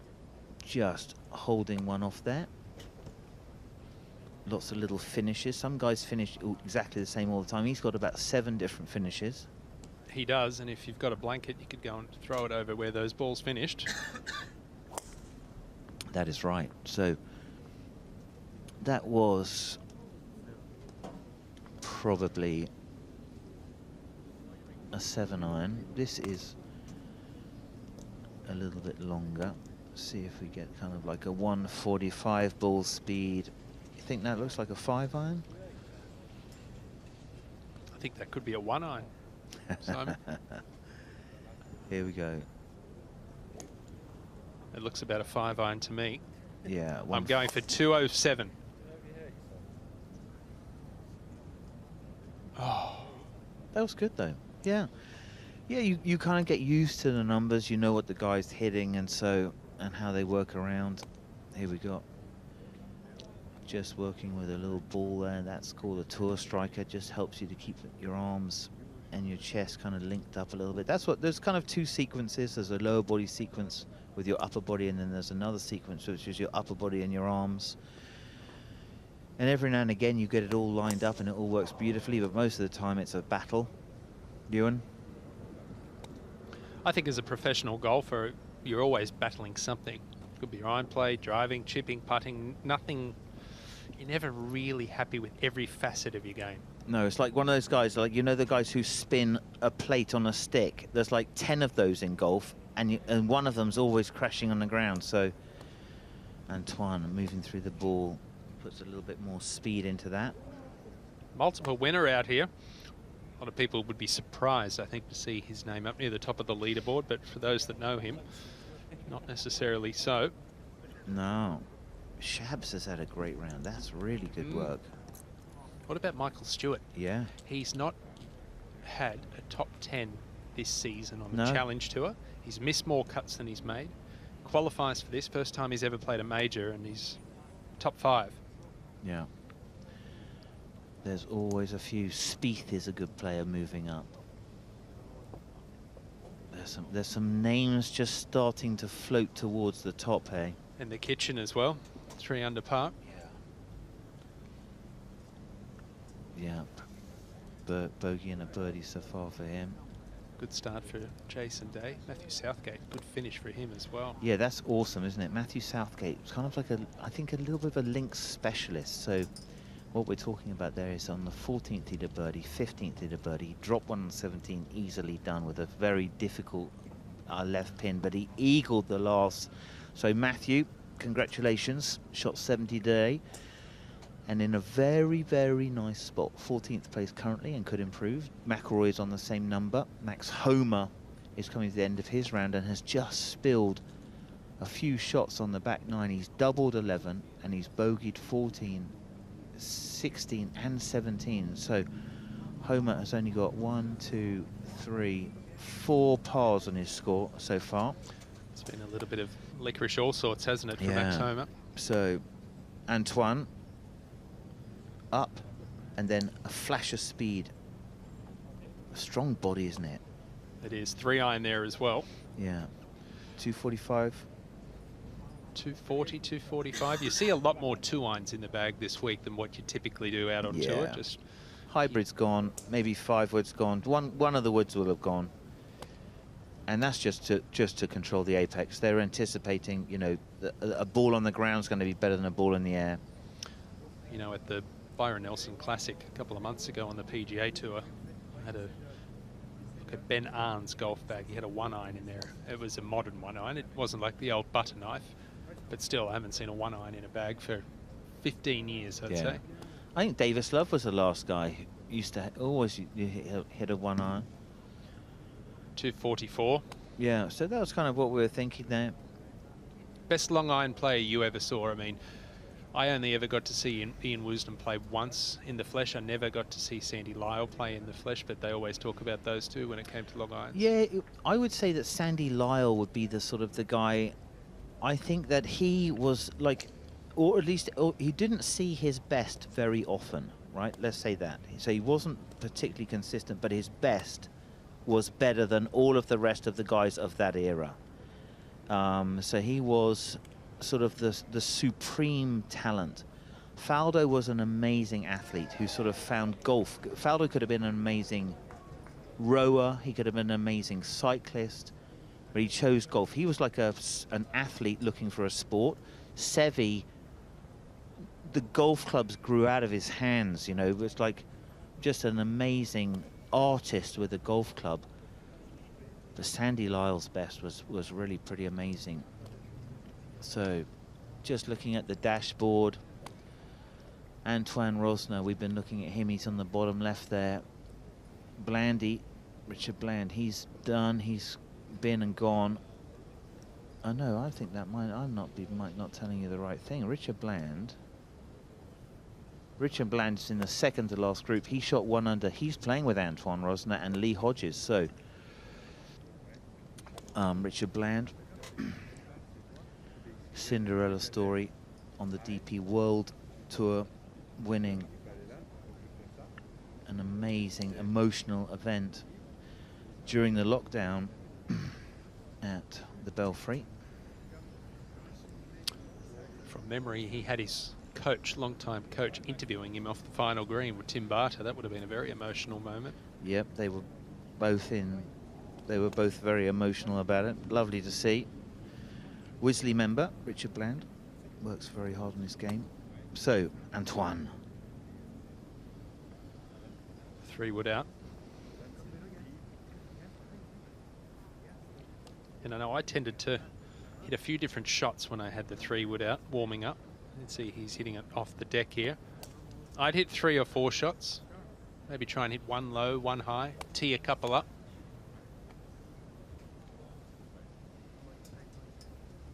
So there's all sorts of different aspects of this. Just got an amazing golf clubhouse. It's like a museum, history museum for golf. And George had a little walk through. Well, we've made our way into the famous Royal Liverpool clubhouse, and as you can see, there's plenty of history in this great place, and we're joined by Bruce Taylor, Chair of the Heritage Committee. Bruce, what a special week this is for you and your club. Yeah, welcome. Yes, no, it's fantastic. The atmosphere is just unbelievable, unbelievable. I mean, 2006 and 2014 were really good, but this is something else. And with Matthew, Matthew qualifying, hitting the opening shot yesterday, just unbelievable. I mean, this place is full of history, but that was history being made yesterday. Absolutely wonderful. Yeah, well, he's not far from teeing off again. How special is it to see the club get around him and the energy before he tees off? It's fantastic. I mean, Matty's been here since he's been 5. His father's a member, his grandfather's a member. He's Hoylake through and through. And I think he's actually got a good chance because he's played in all these conditions. He's played with this wind, with the rain. And yesterday, he looked like he was enjoying it. He came into the clubhouse afterwards with his mates and friends, and it was just fantastic. The buzz was just wonderful. So, there's a few of us got, a bit of money on him each way. So, we'll have to see how he goes. But I think he's got a great chance of making the cut, and I think he could surprise people. He's the real deal. Yeah, with a 2-under start, you wouldn't bet against him. And as we turn around here, you look, we've got Tiger Woods, we've got Rory. Yeah, Roberto. We've had some great champions here going back. Our first champion was a member of our club again, Harold Hilton, 1897. And then we've had great Americans of here. Walter Hagen's won it here. Bobby Jones, of course, the great Bobby Jones in 1930. Peter Thompson winning 3 on the spin in 56. And then obviously Roberto and Tiger and Rory. So they're in good company. Yeah. That's right. And the hustle and bustle's actually quite loud in here because Matty Jordan's so close to teeing off. Members coming everywhere. This is great to see inside the hive of activity. If we come out here, there's so much of this history. You mentioned Bobby Jones. I know there's a photo, a beautiful portrait up the stairs, but what about this cabinet here? This obviously says a lot as well to have. We've done this particularly for the Open and stuff, and this actually shows some histories of Opens. We've got programs dating back to the 20s and stuff, but we've got clubs here which were used. So obviously Thompson and Tiger. People may remember Tiger hitting a famous shot in at the 12th hole in 2006. So we've got his iron. We've got a reg from Rory. Roberto's putter. Interesting, you see that these are the balls that they used, 3 of the guys, and they all used Dunlop 67, but you can see it was a small ball in days gone by, and you can see the size of the club, so they really were very skilled players and stuff. So yeah, this is it. And we'll put Matty Jordan's driver in there for the next Open. That will be great. Oh, that's a great idea, and to see the Claret Jug be competed for once again at Hoylake. Yeah. And have you got time? Can I show you the cabinet? Oh, look, we might have some time to have a look around. Why not? It's not often you're in the clubhouse, so we'll make the most of the access. This is a collection of our finest history and stuff. So we've got, again, we had the key players in the early days with John Ball and Harold Hilton. John Ball won the amateur 8 times. The club founded the amateur. John Ball won it 8 times. He won the Open here. So he won the Open in 1890, and that's his Open medal. There, and one of his amateur medals, and then again Hilton won it at Muirfield, and then he won it here. He won so again that's his Open medal. So we have had a winner who's been a Hoylake member who's won the Open at Hoylake. So as I say, if Matty Jordan could do that, that's exactly what we'll be hoping to follow.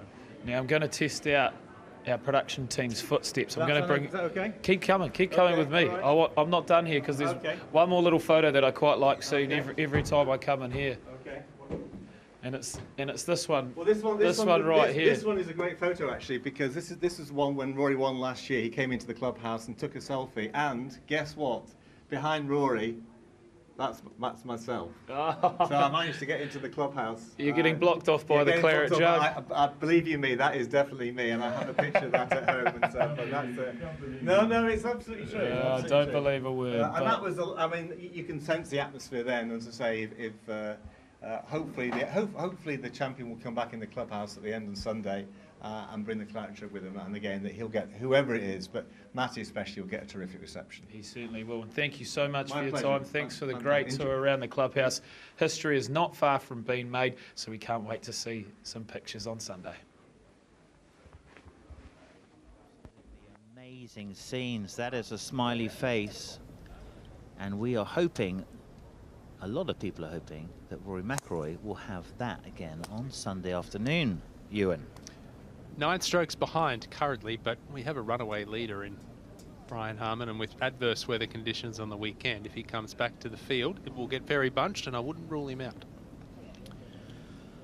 So we are giving you an amazing tour. There it is, the beautiful clubhouse. And now we are live at the range. That is Richard Bland, who has been working very hard with Tim Barter. Still obviously playing fantastic golf at the age of 50, 1 under par yesterday. Probably playing the best golf of his life. So works incredibly hard on his game, and he's in a pretty good spot. He loves the short game as sleeves well. yeah, short sleeves this afternoon. Anyway, so Richard Bland will go out in game 51. That is the second to last game with Lee Hodges. Antoine Rosner, the Frenchman who we saw earlier. So Blandy works also a lot on the sequencing, just to keep those arms synced up to the chest. It tends to kind of get like a bit of running arms, you know, kind of like the chest stops a bit early, arms go a bit long at the top of the backswing, and he loses the club. Guy Tilston, one of the Tilston twins. Wise caddy.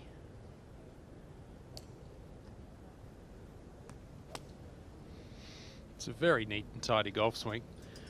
Yeah. And I think the most underrated aspect of Blandy's late blooming career is the fact that at the age of 46, he was demoted back to the Challenge Tour. Yeah. And at a point in his career where he could have easily just said, you know, good night, I'll go and do something else.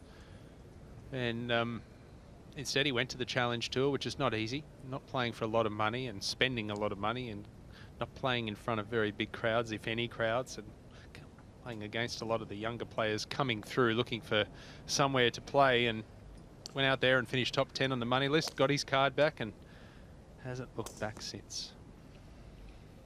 Yep. A late bloomer, let's call him that. Absolutely. A late bloomer, Oki Blandy. Stridham from South Africa is another one of those. 38 years old, Yeah. 3 wins in the last 12 months. Just looking at that leaderboard as well, and there's been a runaway victor here before. I was just looking at the 2012 Women's Open Championship results, and only one player finished under par that week, Jie Shin. She finished 9 under. Won by 9 shots. Some exceptional golf. Yeah, just to keep going. The women will play. The seniors play next week. That's in Royal Porthcawl. The world of women's golf will descend on Walton Heath. That would be worth watching if you live near London. The quality of the play, just fantastic, and lots of good rivalries in the women's game. Certainly is. Now, Simon, you would have known Richard a lot longer than what I have. I saw him play not long after I first came on tour, 15, 20 odd years ago. But to me, to the naked eye, his golf swing Hasn't varied that much. Obviously, there's little idiosyncratic traits where it's improved, but what are the significant improvements? Why is he now a world beater and he struggled to keep his card prior to that? So I think probably he changed the way that he trained, probably spent way too much time on the long game and neglected the short game. So he sort of went through a period, especially during kind of the lockdown, where out on the golf course at Wisley, just a ton of play out on the course, trying to turn 3 shots into 2 is kind of like his mantra. Like, I got to hit my wedges closer. Like, why don't I make enough birdies? Okay, I don't hit enough good shots, right? He put so much effort into not hitting any bad shots, but he just didn't really put any effort into, or didn't be aggressive enough at the right time. So he's always putting from 20 feet. So he really took himself out onto the driving ranges and the golf courses at Wisley and worked extremely hard, just throwing balls down, 150, throwing balls down, 140, 130, 120, back to 150, in again, just getting in his eye. And then we've got a lot of pros at Wisley, and then during the lockdown, they were allowed to play because they were sportsmen, so they just played matches all the time. And it culminated in the Blandy's victory, you know, at the British Masters. And then, you know, he's sort of hit the jackpot in a sense in his career by taking himself off to play on the Live golf circuit. So 150 ball speed off this hybrid. So this is kind of like another version for a driving iron, a little bit higher flight. We kind of saw 70s and 60s in Apex. This is 1 of 4. Blandy heading out in the later part of the day. It's still a little bit of wind, Ewan, but do you think that the later guys today have had an advantage? I think so, absolutely. In saying that, I think the later players, the later starters yesterday also had pretty good conditions, and a lot of the scores yesterday from, I'd say, from 2, 3 o'clock on, were really good in the afternoon. But I think this will be, I think this has been a fair test the first 2 days. I mean, I've been in Opens before coaching where, you know, one half of the fields had a 6-shot disadvantage, or, you know, remember when Tiger Woods was playing at Muirfield with only one, he just got wiped off the golf course by that huge score that came through and just got booted off, right? That was where I think Monty shot 74, 64, 84 first 3 rounds. Yeah. I remember Steve Elkington made the cut on the number, and I think he shot 3 under on Saturday and finished well before the leaders teed off. And he was back staying at a pub that week. He was back in the pub having a drink, watching the leaders play, and he went from 6 behind or 5 behind to 1 back, maybe tied. That can happen. So, Blandy, worm cam, have a look at this.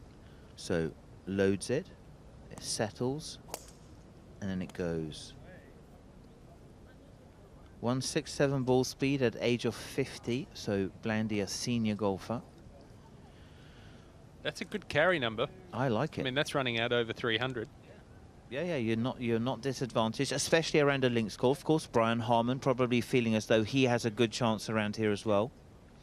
I know we spoke about the old equipment yesterday, but I watched Richard Bland swing the club, and I feel like he would flush it with no matter what he used. He could use an old hickory, and it would go dead straight. Yeah. Yeah, no, it's you have to manage power. Adri Arnaus, one of the longest hitters from Spain, has finished his 2 days at 21 over, so has not worked out for him. Have you got a cut number in your mind? We were talking earlier about 3 over being the number, and right now, top 70 in ties make the cut, and there are exactly 70 at 2 over or better, but that 4 over number at about 1 o'clock was 96th. Now it's 81st. And with 6 hours left of play, if I finished 4 over, I would not be going anywhere. I think 4 over, it'll jump out to that. 4 over gets the number. So, our man, he's just plugged in. George, where are you now? Well, guys, it doesn't matter what sport you play, in any form of it, everyone loves golf. It's at least everyone's second favourite sport, and we've found some sporting icons here. Tim Hemman, Brian O'Driscoll. Boys, how much you enjoying being at the Open once again? Yeah, it's brilliant. It's such an exciting time of the year, and I think it never disappoints, you know, be it in St Andrews or, you know, Port St George, but here in Hoylake and Royal Liverpool has been spectacular. The crowds have been immense, the weather's played ball so far, and we've seen some fantastic golf, from some that we expected from, and then some those that maybe surprised a few people. So it's been a real challenge. It's been very hard work as well, hasn't it, Brian? It has been. It's been relentless. It's been relentless. We haven't actually seen much golf because we've been non-stop working with HSBC. So yeah, well, we're in the HSBC tent, which is heaving in here. It is very busy, which is great. Tim, how are you enjoying the week in here? Yeah, it's been amazing. We've been lucky enough probably to come to the last 11 or 12 Open Championships with HSBC and to get into the, this type of swing zone and have a few games. It's it's a lot of fun and really good putting one. There's a great chipping one. I feel that that's such an important part of the game. So if we're going to compete, I really don't like the idea of the long drive bit behind us. Yeah, there's always a little bit of competition in here. I remember last year, I can't remember who won out of you two last year, but that's good. Yeah, we probably won't go too far into that. But look, Brian, how fun is it to also watch someone like your mate Rory out there as well, trying to get it done? A little bit of a tough couple of days, but yeah, but he's battling through and doing what he's doing. I think as well, we know with the Open that the weather has such a bearing on performance, and when you have grown up in links golf, as a lot of the Irish golfers have, you know how to battle the elements as much as playing to the crowd, and so you need a good bit of luck, with coming, early tee times or late tee times, depending on what those weather forecasts look like. So I think he's in a good position, albeit a few off the lead still, but that all-important par yesterday and finishing a few under today. I think he'll be quietly happy about where he's at without really any fireworks. Now it's a big sporting year, so it'd be remiss of me not to talk about rugby, being the Rugby World Cup in a few months' time. How are the Irish looking? You know how the Irish are looking. Same as always, they're peaking really well at the moment. Yeah, I suppose there's always a nervousness because we've never managed to properly do it at a Rugby World Cup. So, being number one in the world, but probably justified this time round because of the series win in New Zealand in particular last summer, and then a Grand Slam this year. They're in a great spot, but they still have to deliver on the big stage, and it's a tough route, to a semi-final and a final, but you got to beat the best teams on the way to lifting the trophy. So we've got our best ever hope, that's for sure, because of the quality and depth of the squad. So yeah, fingers crossed. Yeah, that's right, and it's busy for you as well. Just come from Wimby. That looked like a fun couple of weeks. Yeah, it was amazing. I mean, it was, again, the weather can have serious impact. In the first week we were playing catch up on a lot of the matches, but then once you got into the second week there were some amazing stories in both the men's and the women's. I think to finish off with that Alcaraz-Djokovic final was very special. I think Djokovic kind of got beaten in his own game, and Alcaraz at the age of 20 to win second slam is very impressive. You've lost the accent on the Alcaraz. We had a bit of debate. Yeah, the English pronunciation is Alcaraz. I don't think the Spanish are quite so impressed with that. Alcaraz. Well, it was a sporting spectacle. I think the whole world tuned into that, and I'm not sure if the whole world will tune into this, but I think while we've got so many activities here, we should probably have a long drive comp, eh? You guys love a challenge. You guys have got a little bit of beef all tournament. So let's get you in the hot seat and see who's got what it takes. Being a professional sportsman or woman, the competitive juices never stop flowing. 13, there we go. Oh, only short. Even in the post-career. So Brian, how have you been hitting them in here? What sort of the go-to average distance here? Well, we've only had one go at it. I think there was. 292. 292, I'm hearing the reports are. That was with Brian's 5-wood. I might come over here and join you, and we can. A hard wind into it. Oh yeah, and I can confirm indoors there is a hard wind into the face, much like the first tee. Yeah, Brian's been doing a little bit of lifting. Those biceps are. Those are some big biceps. I remember 4 years. Oh, it's not registered. It's a non-register. I got a good bit of it. So that's 0 yards. So you just have to find the fairways. We'll give you another crack for that. We'll let him have a little loosener there. This one is definitely going to get chunked as a result. Yeah. All right. Oh, maybe you've got to. Is he a bit too far over? Yeah. Do you want me to come back a bit? Give it a crack. No, you'll be right. One more try. Nice smooth swing.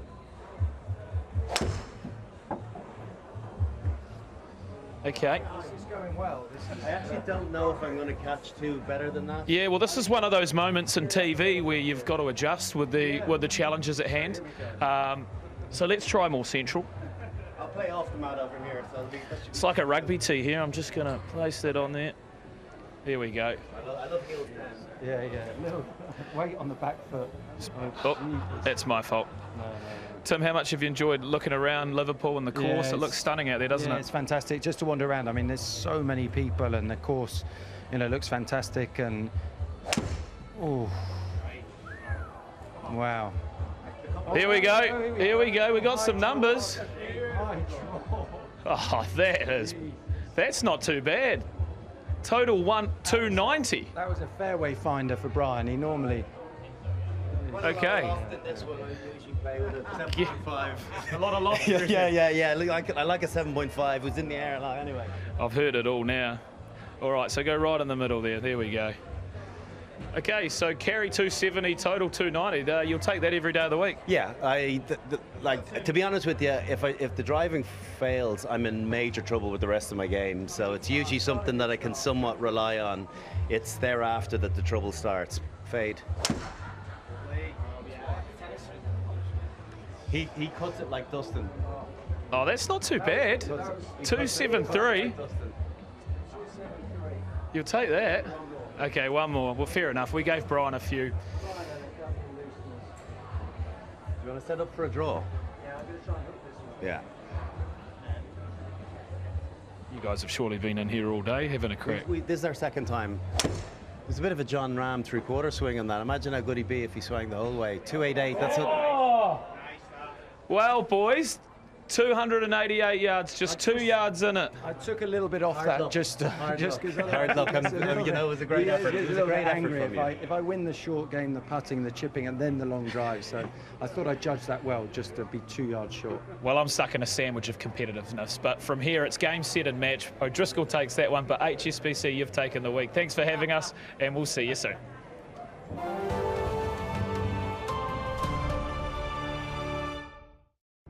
Follow the 151st Open in unrivaled detail on the open.com and the Open app. Go behind the scenes with Live at the Range from Monday to Sunday of Open Week. Yeah, that was flush.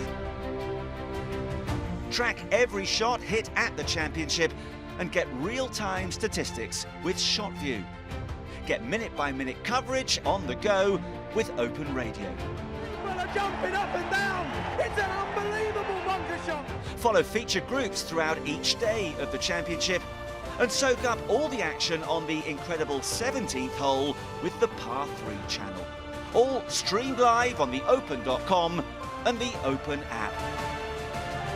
Get closer to the Open wherever you are.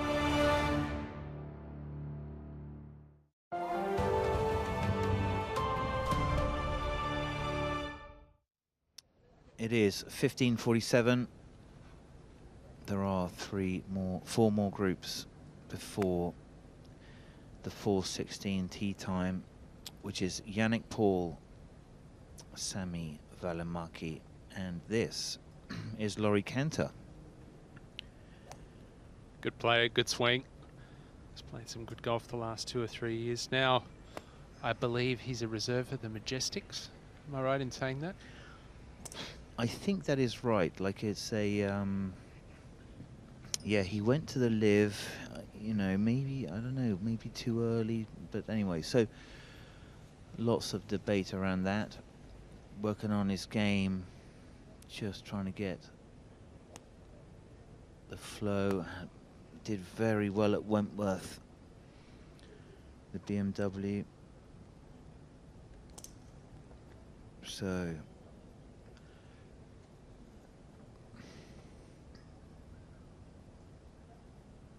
kind of classic angles. It's a swing you wouldn't mind having. It's got some radius, hasn't it, Ewan? It certainly does. What do you think, just for conversational sake, what do you think about that follow through where he sort of it almost looks like he's holding it off there. Do you think he's struggled in the past with the left shot and he's manufactured that follow through as somewhat of a way to It's quite interesting. It looks to me like a sort of a very much of a left hand leading. Like I don't think a right-handed person or if you're pushing your right side through, I don't think you hit the ball like that. So I don't know if he is left-handed, but yeah, maybe he is. I mean, he's using his left hand there to tee it up. So I think a left-handed person playing right-handed does that move kind of where the left side is pulled you through. Like Spieth has that. And this is not as this is different from Spieth, but it's like the weight comes quite late off the right side, and the left side is kind of pulling the ball through. Look at those skies. Amazing day. We've dodged a bullet. So it's 4:16. It's day 2 at the Open. It's going to be a pretty fun afternoon. Be beautiful to watch. The sun goes down. It's a late dinner, isn't it, this evening for Laurie Cantor? He won't finish his round till 9:40, 9:45. Yeah. Not sure where he's staying, but I don't know if they do Uber Eats at that time. I'm sure they do. We're going to find out. Could you order Uber Eats maybe on about the 12th or 13th? I think that's not really bringing this sort of spirit of the competition. You mean like getting a pizza as you go down? Could be a burrito bowl or something, maybe a bit of sushi, glass of red or something. I'm pretty certain that the RNA would frown on that, Ewan. I like the way you're thinking, but I'm not sure that you're really quite entering into the spirit of the competition there. So Gary Tilston, Laurie Cantor.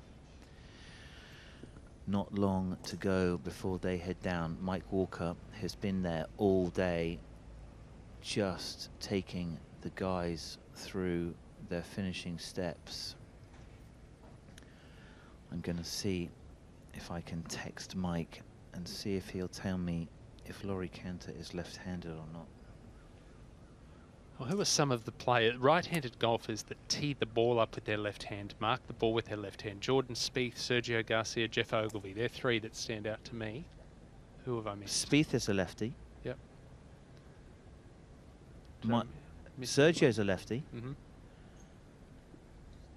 I don't know.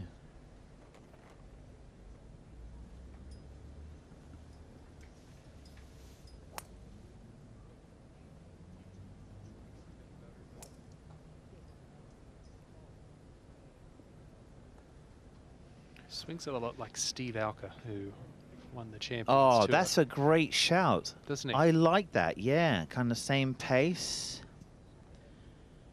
Cool. Oh, look at that. Well, How'd you do that? Someone stacked it. Kite surfing.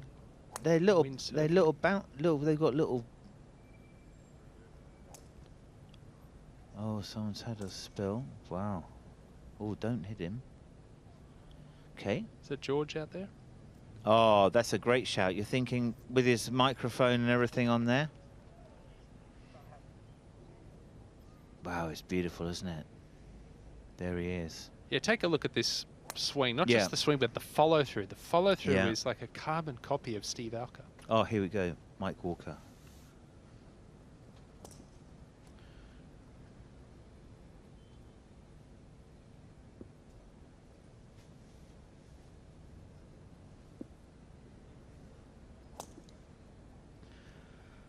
Nice swing, isn't it? It is. It's like it's very wide, isn't it? You know how some swings kind of go wide to narrow, like Rory McIlroy's kind of got like that where the club's like a lasso. So A lot of width. Yeah, a lot of radius. So keeps his height. And he is a tall man. Yeah, he doesn't have any sort of significant dip or anything into the ball, like someone like a Yannick Paul. Yeah. Or even Christo Lemprecht, who led after yesterday. Oh man, the leg action there. He's 6'8" and he's 5'8" at impact. Maybe Yeah. 4'8". Yeah. Laurie Cantor. Down with Mike Walker.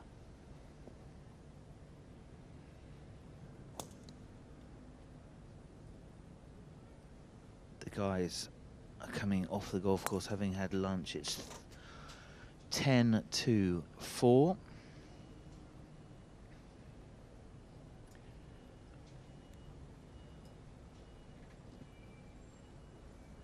One of the very few players now that doesn't really rely on a TrackMan for every single shot, or a flight scope, or whatever they use, full swing. Yeah. Yeah, launch monitors very much a part of the game, aren't they? But maybe when you're warming up, you just want to kind of rely upon your feels. I think for links golf, that's what it should be all about. Okay, I can confirm. Mike has just told me that's what I think we're talking about. Mike, he is not left-handed. So there you go. That's a false thing. So, but it's like there's not much push from that right side. It's like more of a pull down. Yeah, there.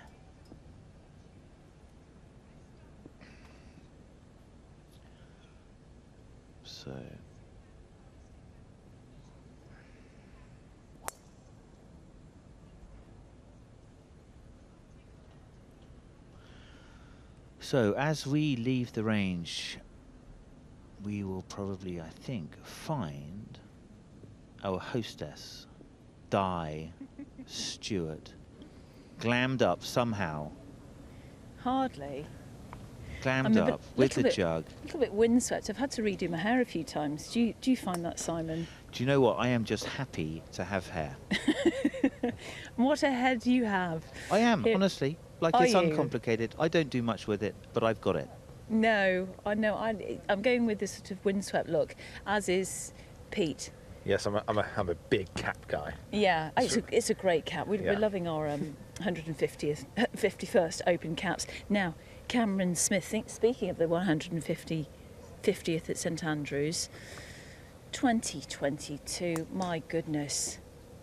Rounds in the 60s, final round of 65 at St Andrews, and the Claret Jug has made its way down to the northwest of England to Royal Liverpool. Who will be lifting this on Sunday? Who will be named Champion Golfer of the Year? To have that said, having spoken to lots of previous champions, it just means so much to them. It really does. We have Brian Harman. If we can quickly go around, he's leaving the range. He's leaving the range. He knew just gone. We were going to get him. He knew we wanted a chat. At 10 under par, he's finished after 2 rounds of golf. And my goodness, what a round today. It was a round of 65 today, wasn't it, for Brian Harman? Yeah, finishing with an eagle on the 18th is it's a fantastic way to leave the golf course, isn't it? I mean, we heard the roars from here, actually. I mean, obviously it improves his overall score, but it improves his overall kind of mood to a new level. I mean, it's always disappointing when you close with a bogey, for example. But to finish with an eagle, that bounce in his step, he must have skipped over that bridge. Also, very skipping. We'll check the footage. Very intimidating for players who were just starting their round. For instance, 1 over, 2 over, and you see that Brian Harman has posted that score of -10. It's a bit of an uphill battle, isn't it? Psychologically, that will get to players. I think a lot of players are actually look at that leaderboard, look at Brian and say, you know what, he's had a worldie. Yeah. He's not our focus. Like, I think they'll be looking at around where Tommy is 5 under, saying let's catch him, and then let's see what kind of Brian does tomorrow, because it was an exceptional round today. Yes. It really, really was. And if he can keep that up, then we're going to have another lefty's name on the trophy. But it's going to be very hard to do. You'd expect him to fall back a little bit, and you'd expect the chasing pack to catch up. Yeah, I'll tell you, someone who is chasing, my goodness, he's putting his foot on the gas, is Jordan Spieth. And if we could have a quick look at that leaderboard, we will see that he's right behind, breathing down the neck of Brian Harman. He's had a bunch of birdies already on that front 9, and he is 5 under par right now. Started the day -2, so 3 birdies on the front 9, and we know when Spieth gets going, be wary. He was putting in the hours here. I have to say, just before he went out, he was really grinding on his alignment. He was really focused on how he was aiming, and it's obviously paid off because he's gone out there 3 under through 6 holes, and he had a really good chance of an eagle. I saw him just slip it by, so he could have been even better. Steady start for Fleetwood. Yeah, and I think that's what realistically he would have wanted. Just get through those first few holes. There would have been a few butterflies after everything that happened yesterday, and now he's getting onto a little bit more of a scoreable part of the course as well. Yeah, what's the cuts looking like? I think we're going to be looking at about 3 over. It's tricky because the wind, it probably will drop a little bit more tonight. It's dropped a few miles an hour probably within the last hour, and it has a feeling of being a classic links evening. As the sun drops, the wind drops, and it's just going to be an absolute beauty here on the coast. Yeah, we saw Brooks Koepka on that previous page, level par for the day, 1 under for the championship. And moving further down, unfortunately, Christy Lamprecht, He's 5 over for the day after that 5 under par round. It happens, doesn't it? There was no way of knowing how he was going to react today. Like yesterday was a free hit. No one really expected him to be up there, and then he had the night to sleep on it. Yeah. And it's always tricky to do that, but you know he's still got the back 9 to go. There's nothing to say he can't turn around and get a couple on the par. And we'll be back tomorrow, won't we? At 11 a.m. we are on YouTube. We're available on the Sky Red button for UK viewers and on the Open's website as well. We can't wait for it. My goodness, it's happy days for Brian Harman right now. 10 under par. He leads the Open Championship. He could be lifting this on Sunday. We'll see you tomorrow morning. Good evening.